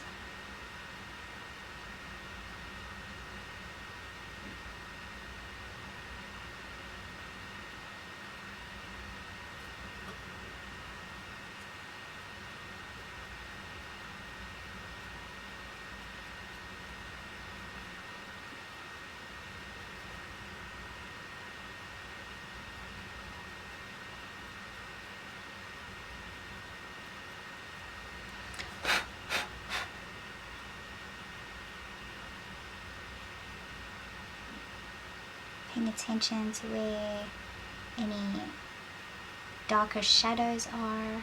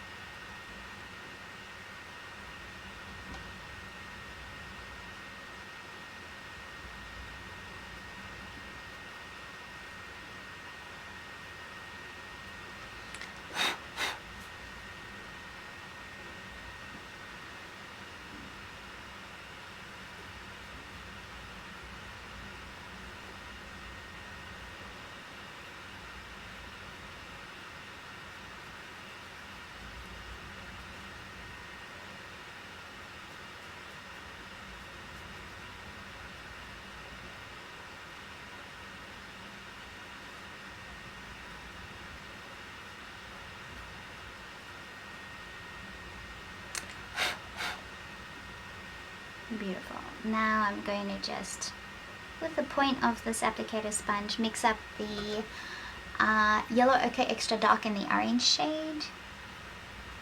More orange shade to go in between. Let's use some yellow ochre.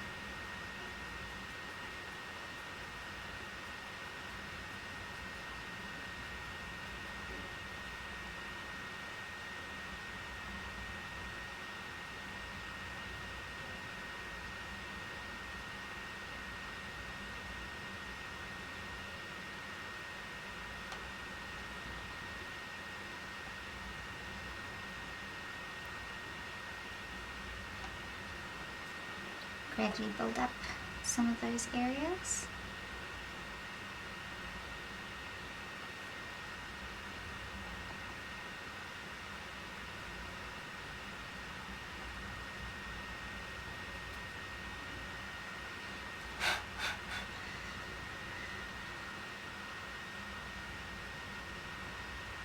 Okay, now I just want to build up more texture. So using the excess left on my triangular applicator sponge,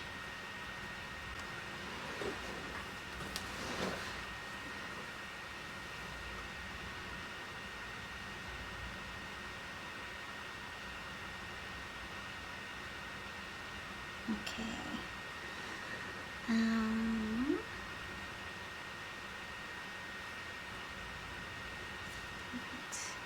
This is a different one.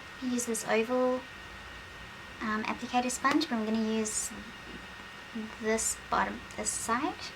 So I'm going to apply it to the black and the phthalo blue, and put those dark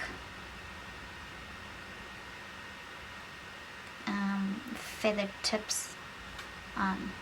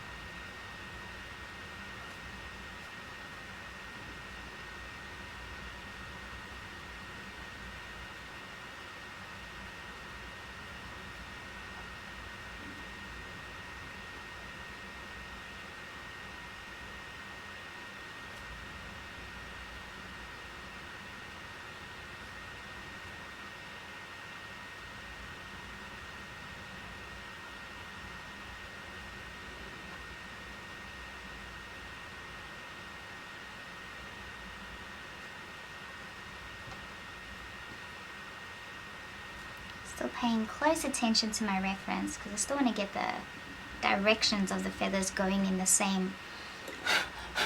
right direction, even though I'm not too fussed about the particular details of it.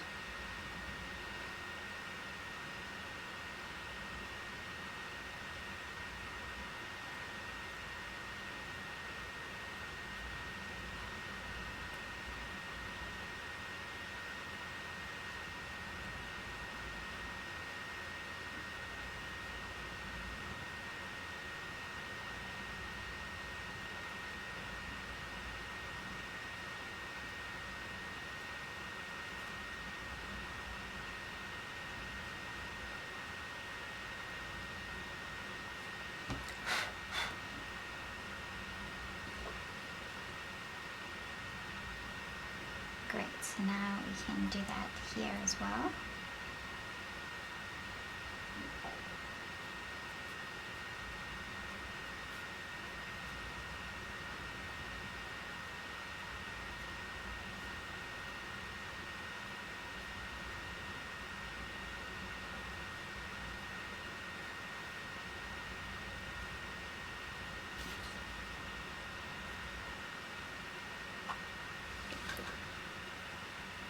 This has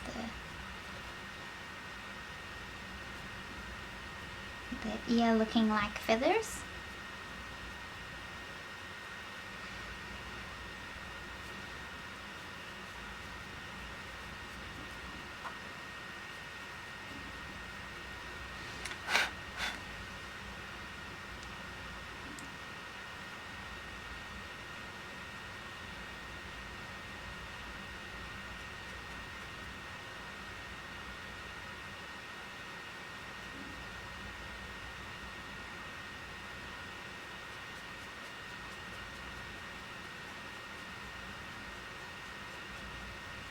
Enhance some of the shadowed values.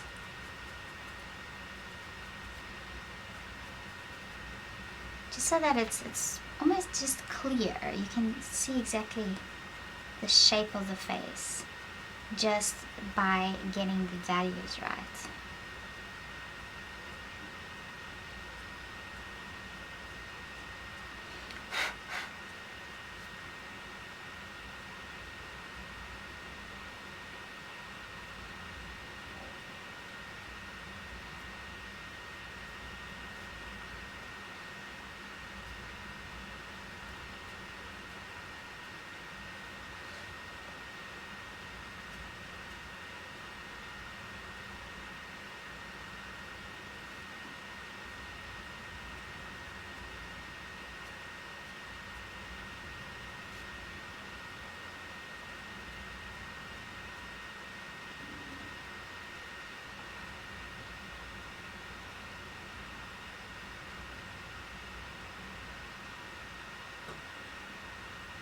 Okay, let's put some of those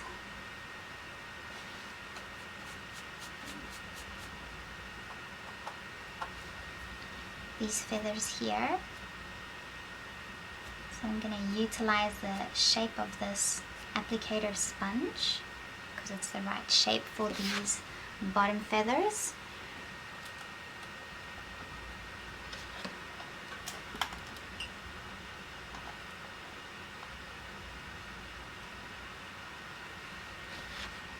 There's a lot of nice amount of depth in the face already, which is great.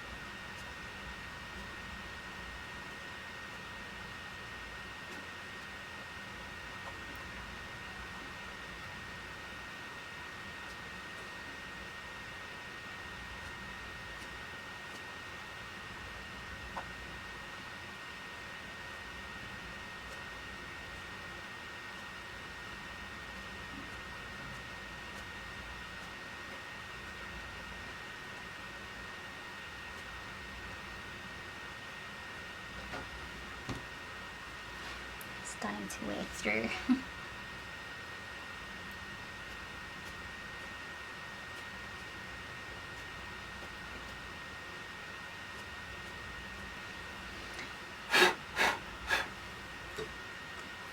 Okay, so I'm going to mix some of the blue and the grey.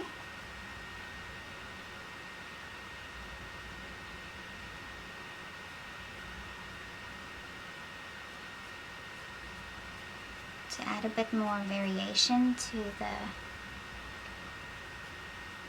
dark feathered colors.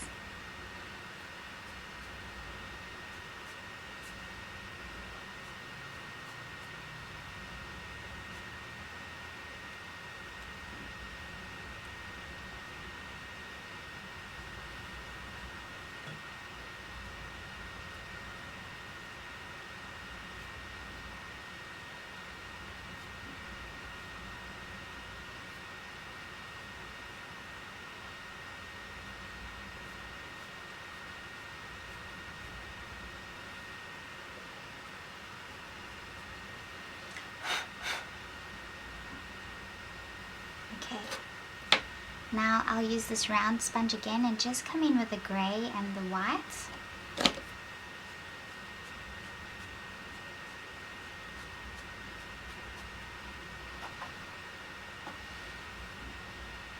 And go in between some of this.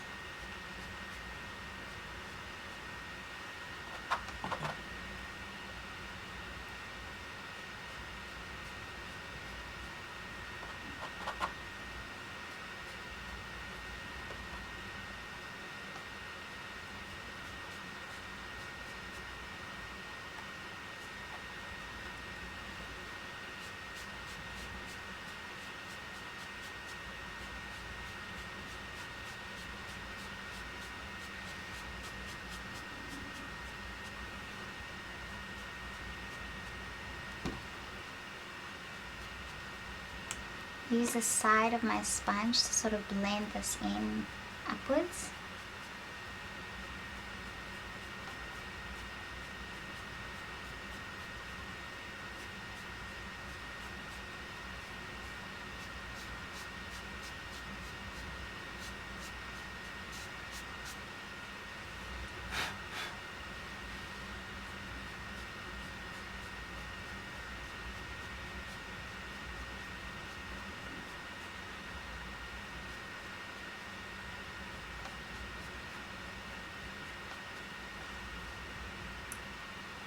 It looks so cool.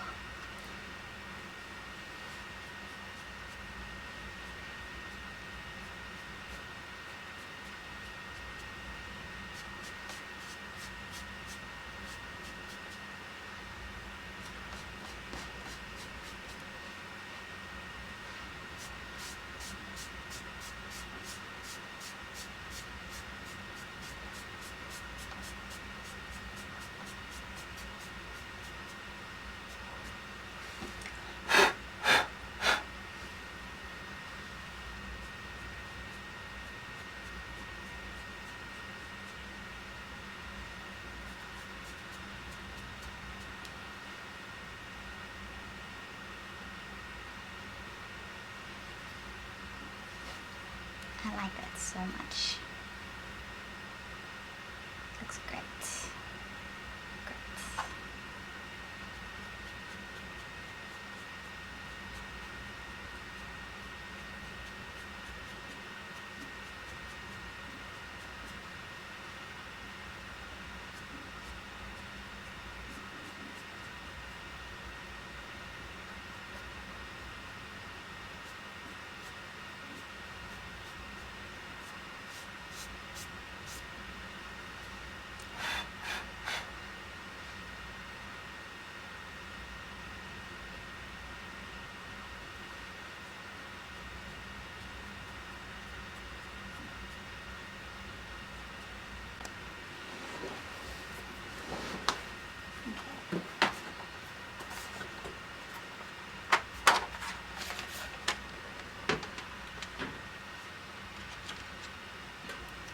I think I'm going to start off with my white pencil.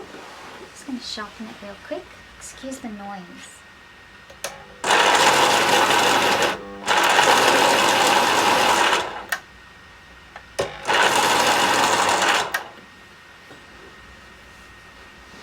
Okay, so nice sharp white pencil, and I'm going to start bringing those.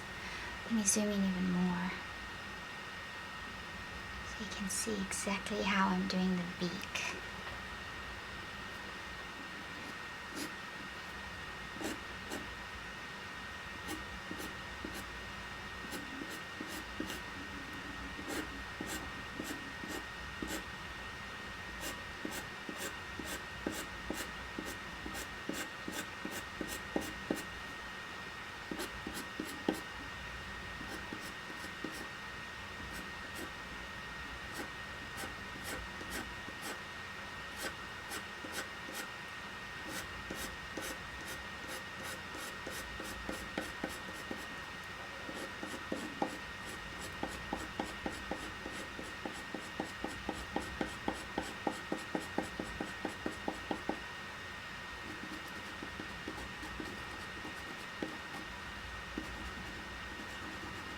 So constantly looking at my reference. I know I say that all the time, but it's very important.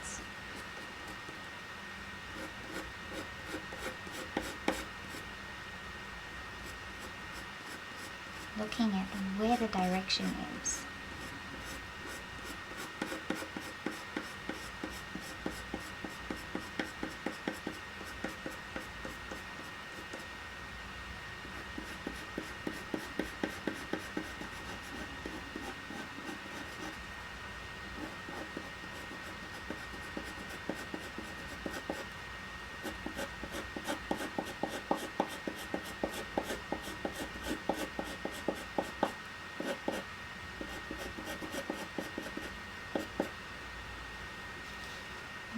Go over the eyes a little, so I'll just go back in with the black.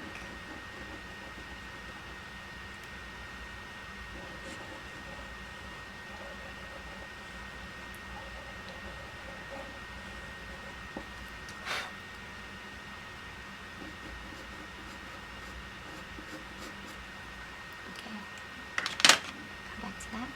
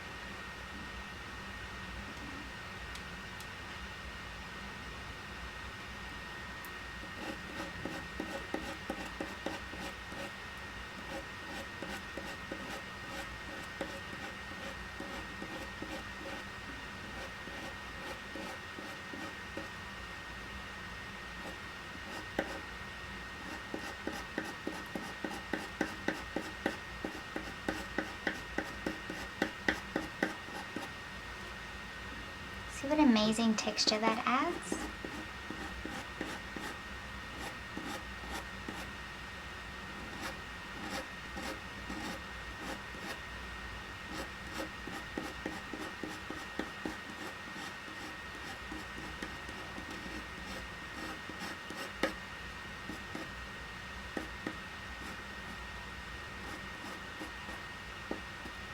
So I'm just going to sharpen this again.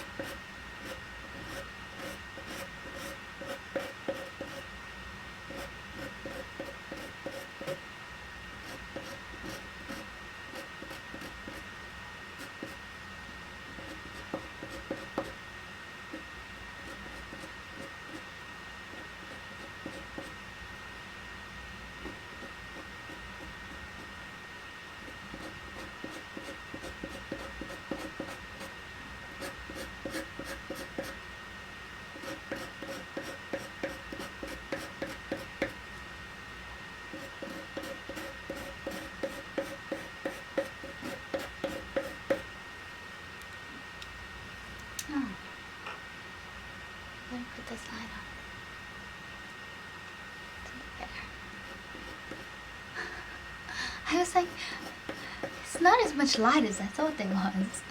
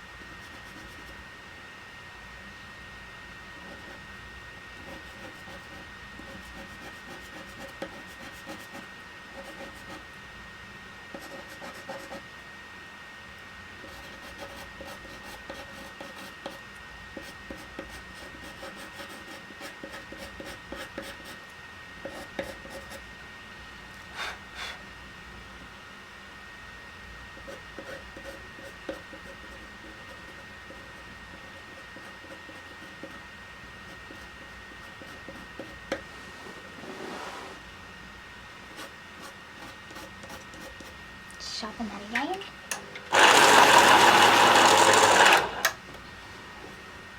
So that does happen with when you use sanded paper. You might have to sharpen your pencil a little more than usual.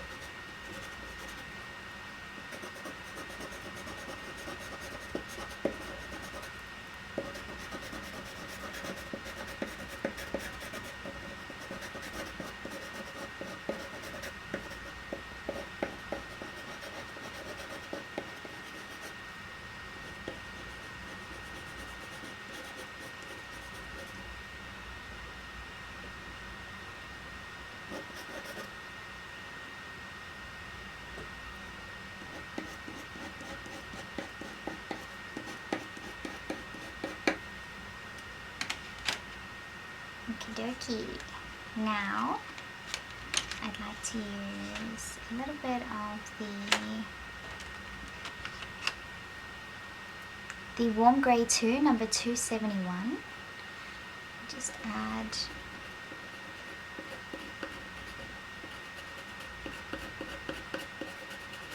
a bit more. Let's go a bit darker than that. So we'll use the Warm Grey 5, number 274.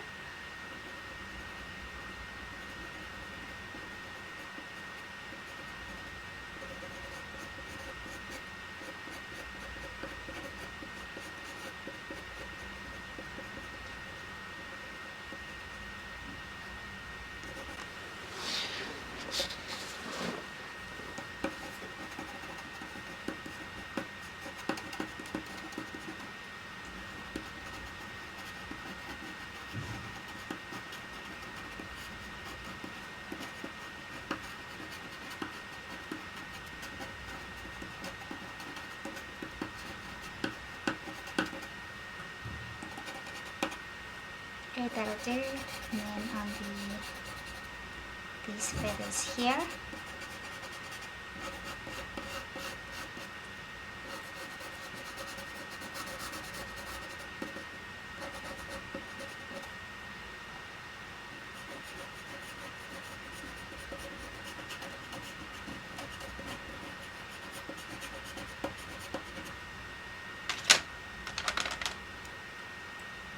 Now the black.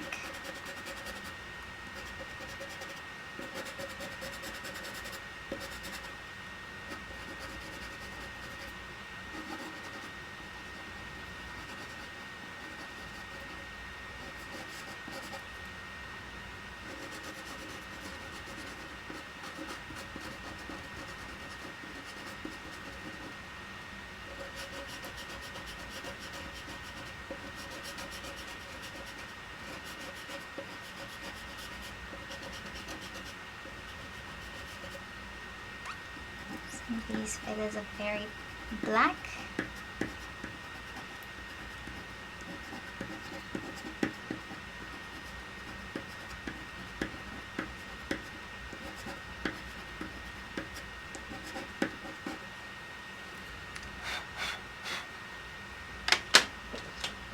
Beautiful. And then some of the burnt ochre, number 187. Just these feathers here.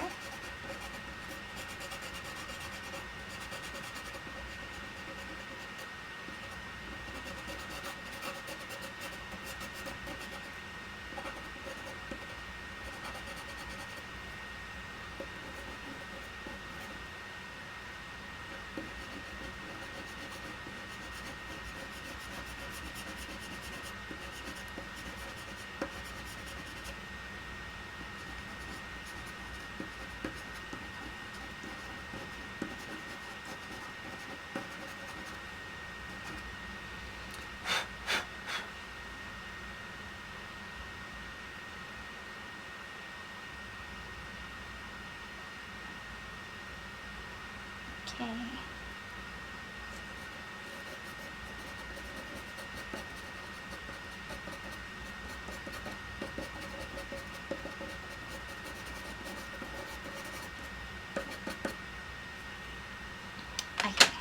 So we don't want to go too overboard with the pencil details, so we'll leave it at that for the pencils.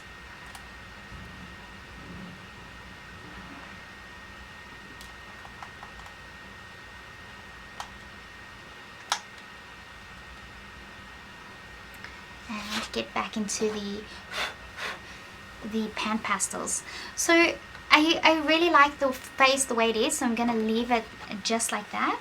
And now we want to work on these feathers all around the place.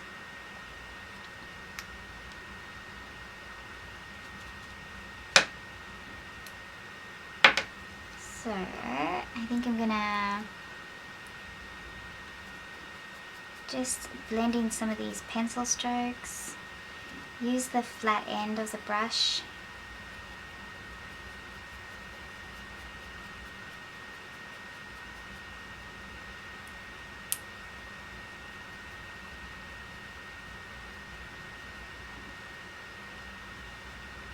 Okay.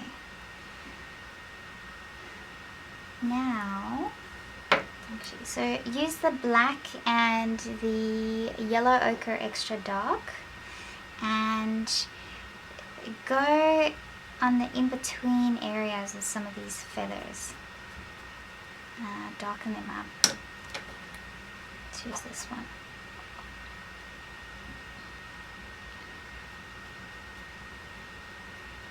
It almost looks like a star or a cross.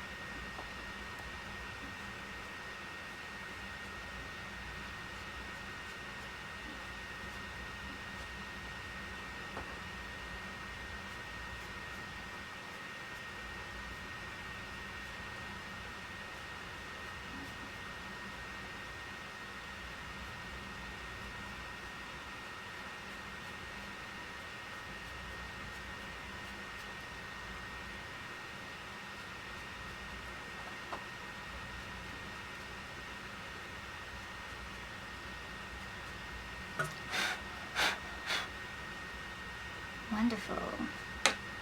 Now we'll use some of the orange shade. Bring in some of those warm tones. Some of the feathers.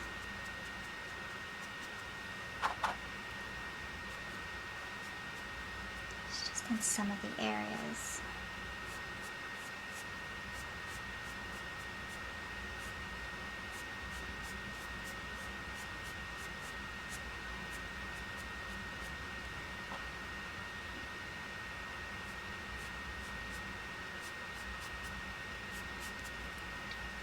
Oh, sorry, I'm not seeing that very easy, are you?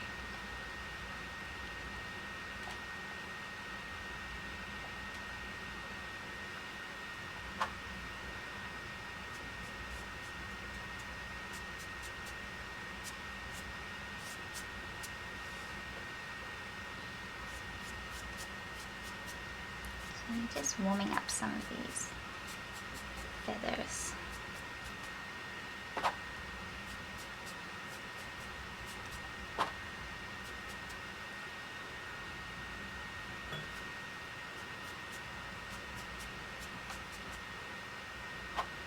Keeping it super simple because this is a beginner's drawing, so we don't want to go too crazy with the details.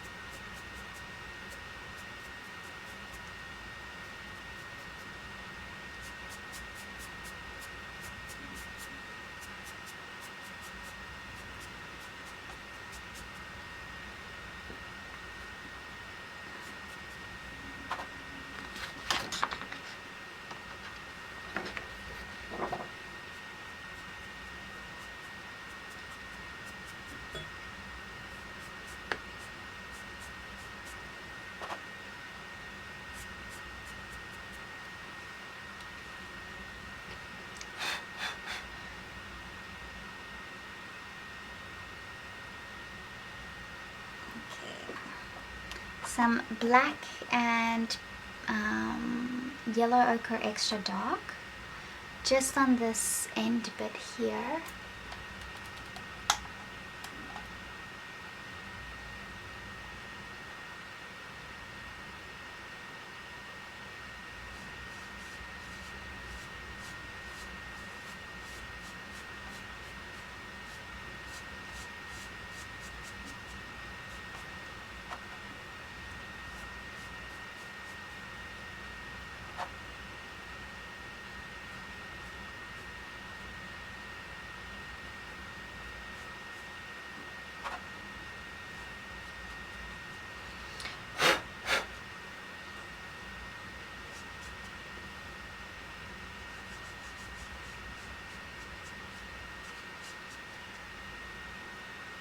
and then grey,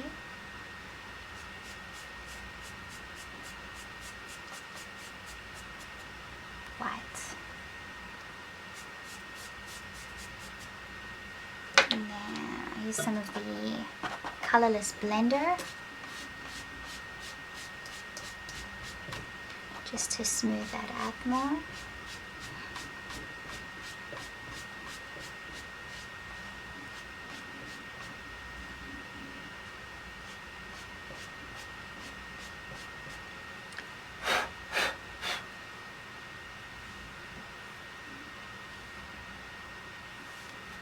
Beautiful, I like it.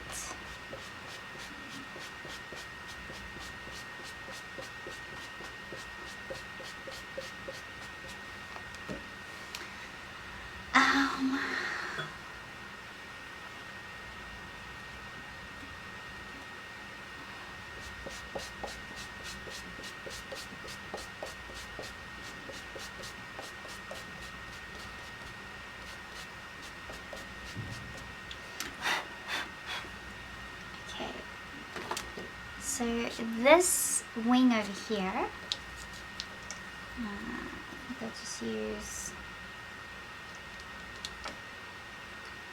the orange shade.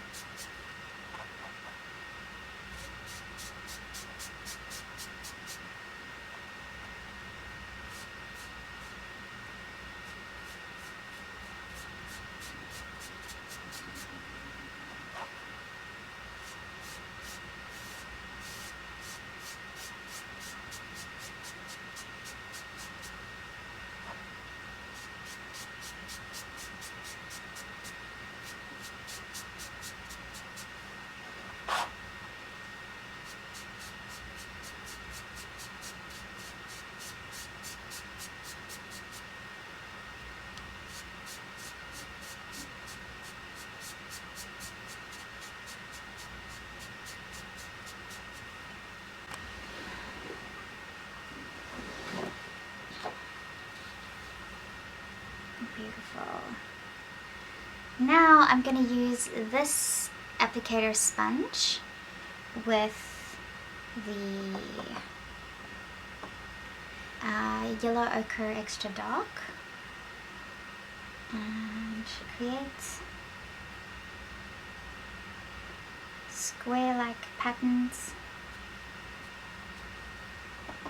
in a sense.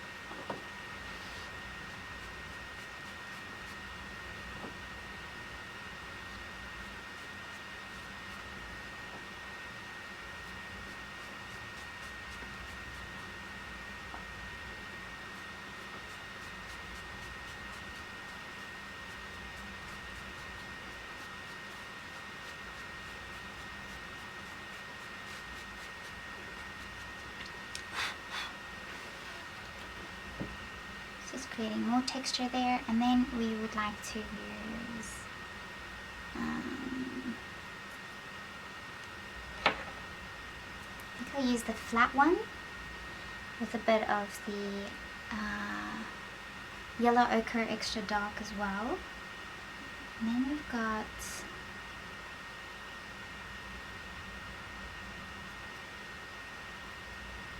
some other patterns here.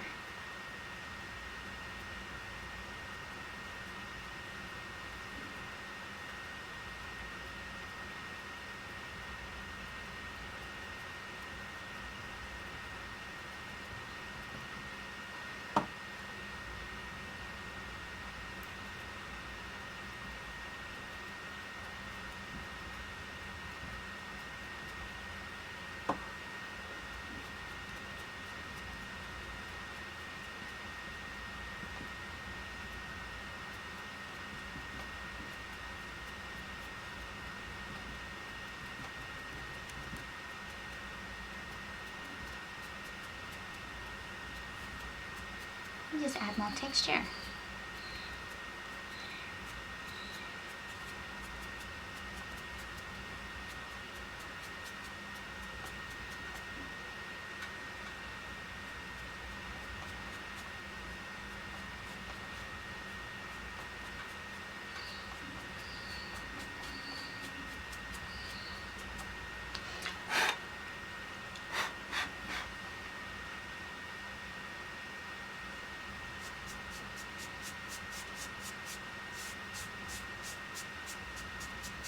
Now it's just finishing touches. We want to see if there's something else that needs a bit more blending, so we'll use the Colourless Blender.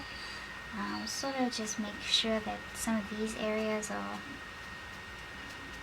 flowing nicely.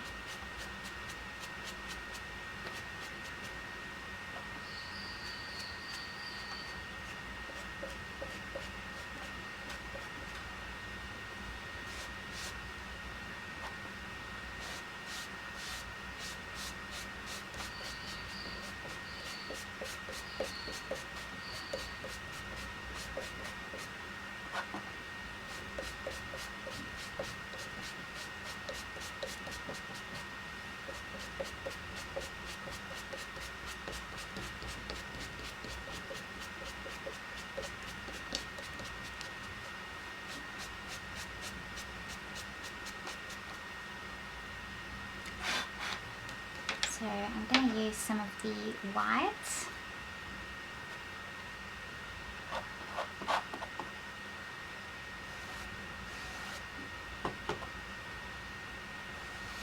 Fix this up a bit more.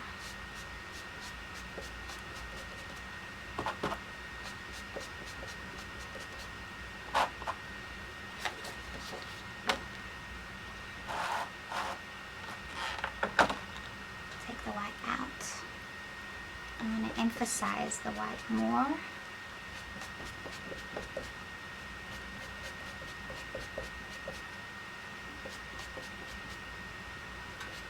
Especially down here.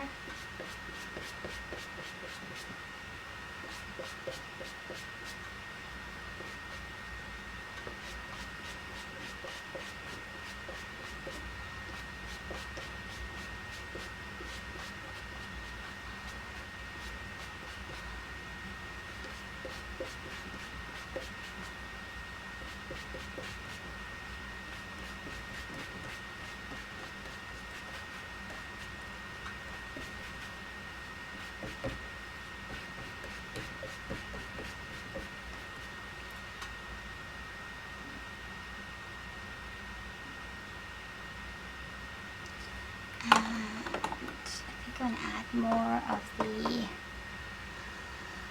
Yellow Ochre Extra Dark over here.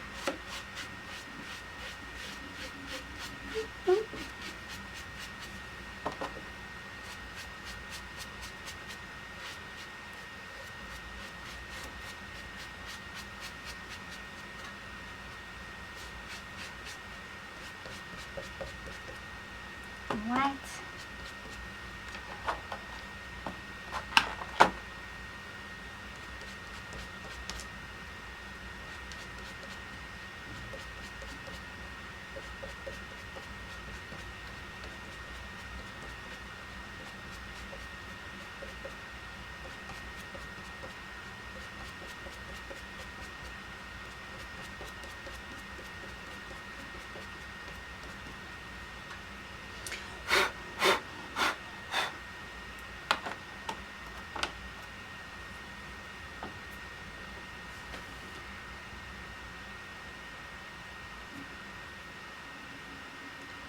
Great. I think that's it. That is our owl. So something that I'm thinking I really want to do is I think I want to bring a sort of stencil over it a little bit, but I don't know if I'm going to make it look too busy because we already have a lot going on here. So I'm thinking I might just leave it as is. What I will do is I'm going to take some black and just help create the shape of these feathers over the top here a bit more. Yes, there we go.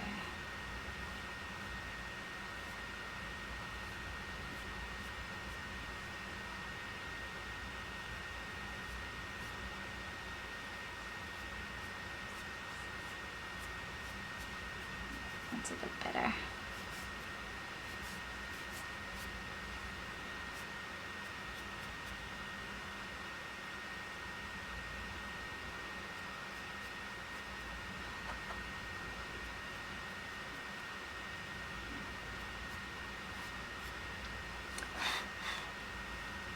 And maybe we'll even use the black to create some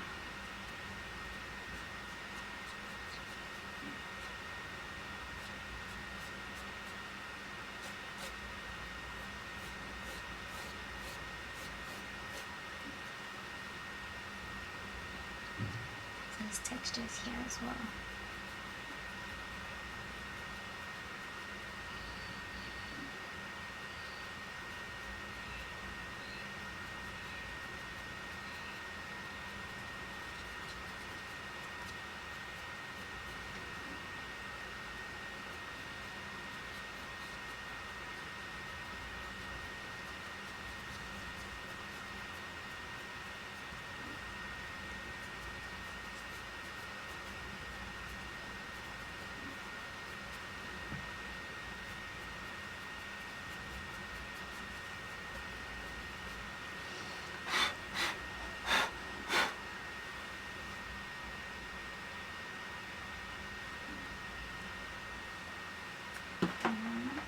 Let's add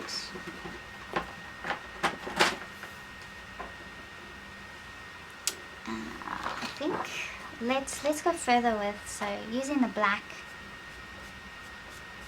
go a bit more further this way with these feathers.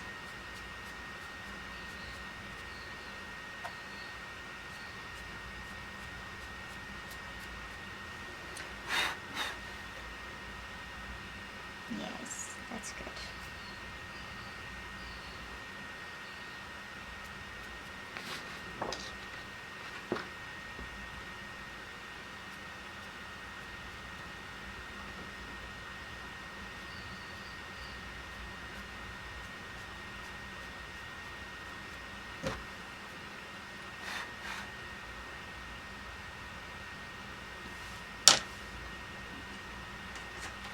And then I think I'm going to take my green pencil, my earth green yellowish, number 168.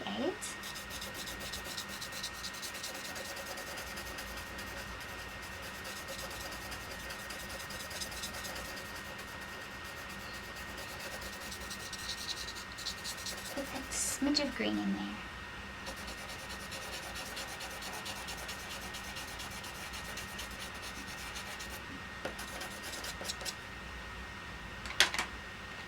And a bit of yellow.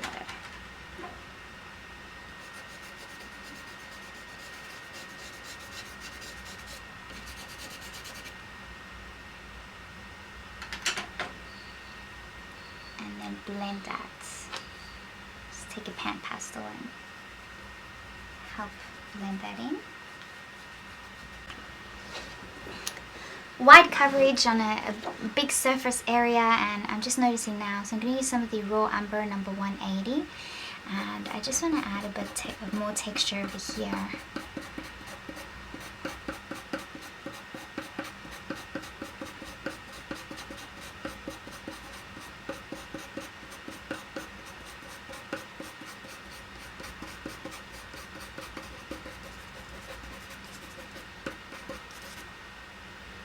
Oh, and I completely forgot about this area there.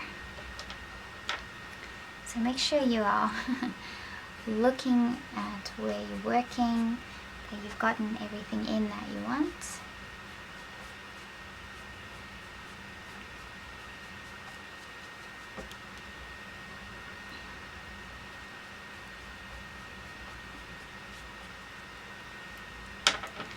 And then some advice that I usually like to give my students is that once you finish the piece, step away for a day and then come back the next day, and then see how you feel about it, and then you can add any extra bits and pieces that you want from there, and you can build it up a bit more that way. So yeah, but if you've got, you know, this sort of results, then that's enough. So you have to decide how far you want to take something. Do you want it to be very realistic? If you do, then you can keep working this a lot slower until you do get that very strong realistic result. You can make this look hyper realistic, but usually I do try and get as realistic as I can in my drawings, but this is a beginner one, so I'm not gonna go there. I don't want to overcomplicate things if it's unnecessary. But it's good to step away for a day and then come back and see if you want to add any further details. So what I'm going to do now is I'm just going to sign it. And since it's a big piece, I can add a nice big signature. Oops. So I think I'm going to add it on the left here. I need to just change my body angle.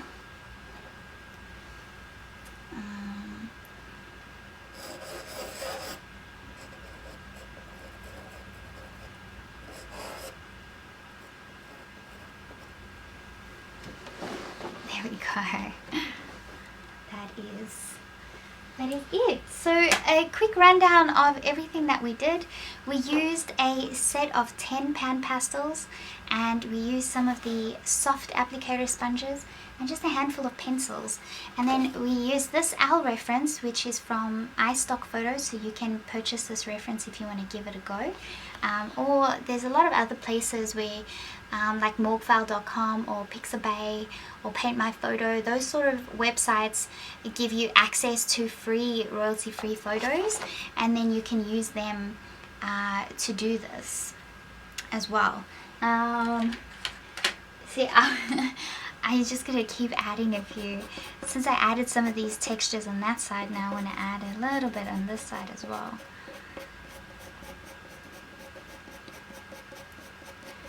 And all we did is that we observed our reference and sort of worked out where the placement of the eyes are going to be, and then once we had the placement of the eyes in, it was easy to do the rest. We sort of just flowed from there, and my owls stretched out a bit more to fill the paper, so you can sort of make it fade into nothing like I did, or you can leave that part sort of out of it, but it's totally up to you what you do. And I think I actually want to make this wing go higher up.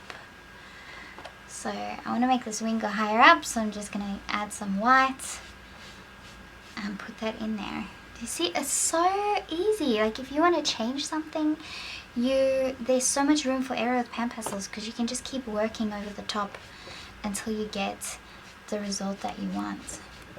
So this stuff's pretty epic. I like that more, I think I do, yes. So that is the beginner's OWL tutorial using 10 PanPastels.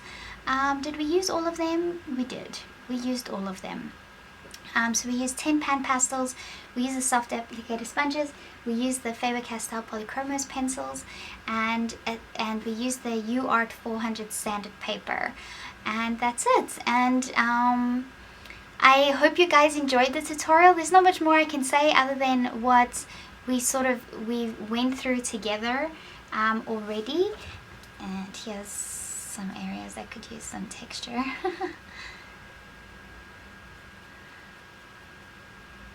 Okay, I gotta stop now.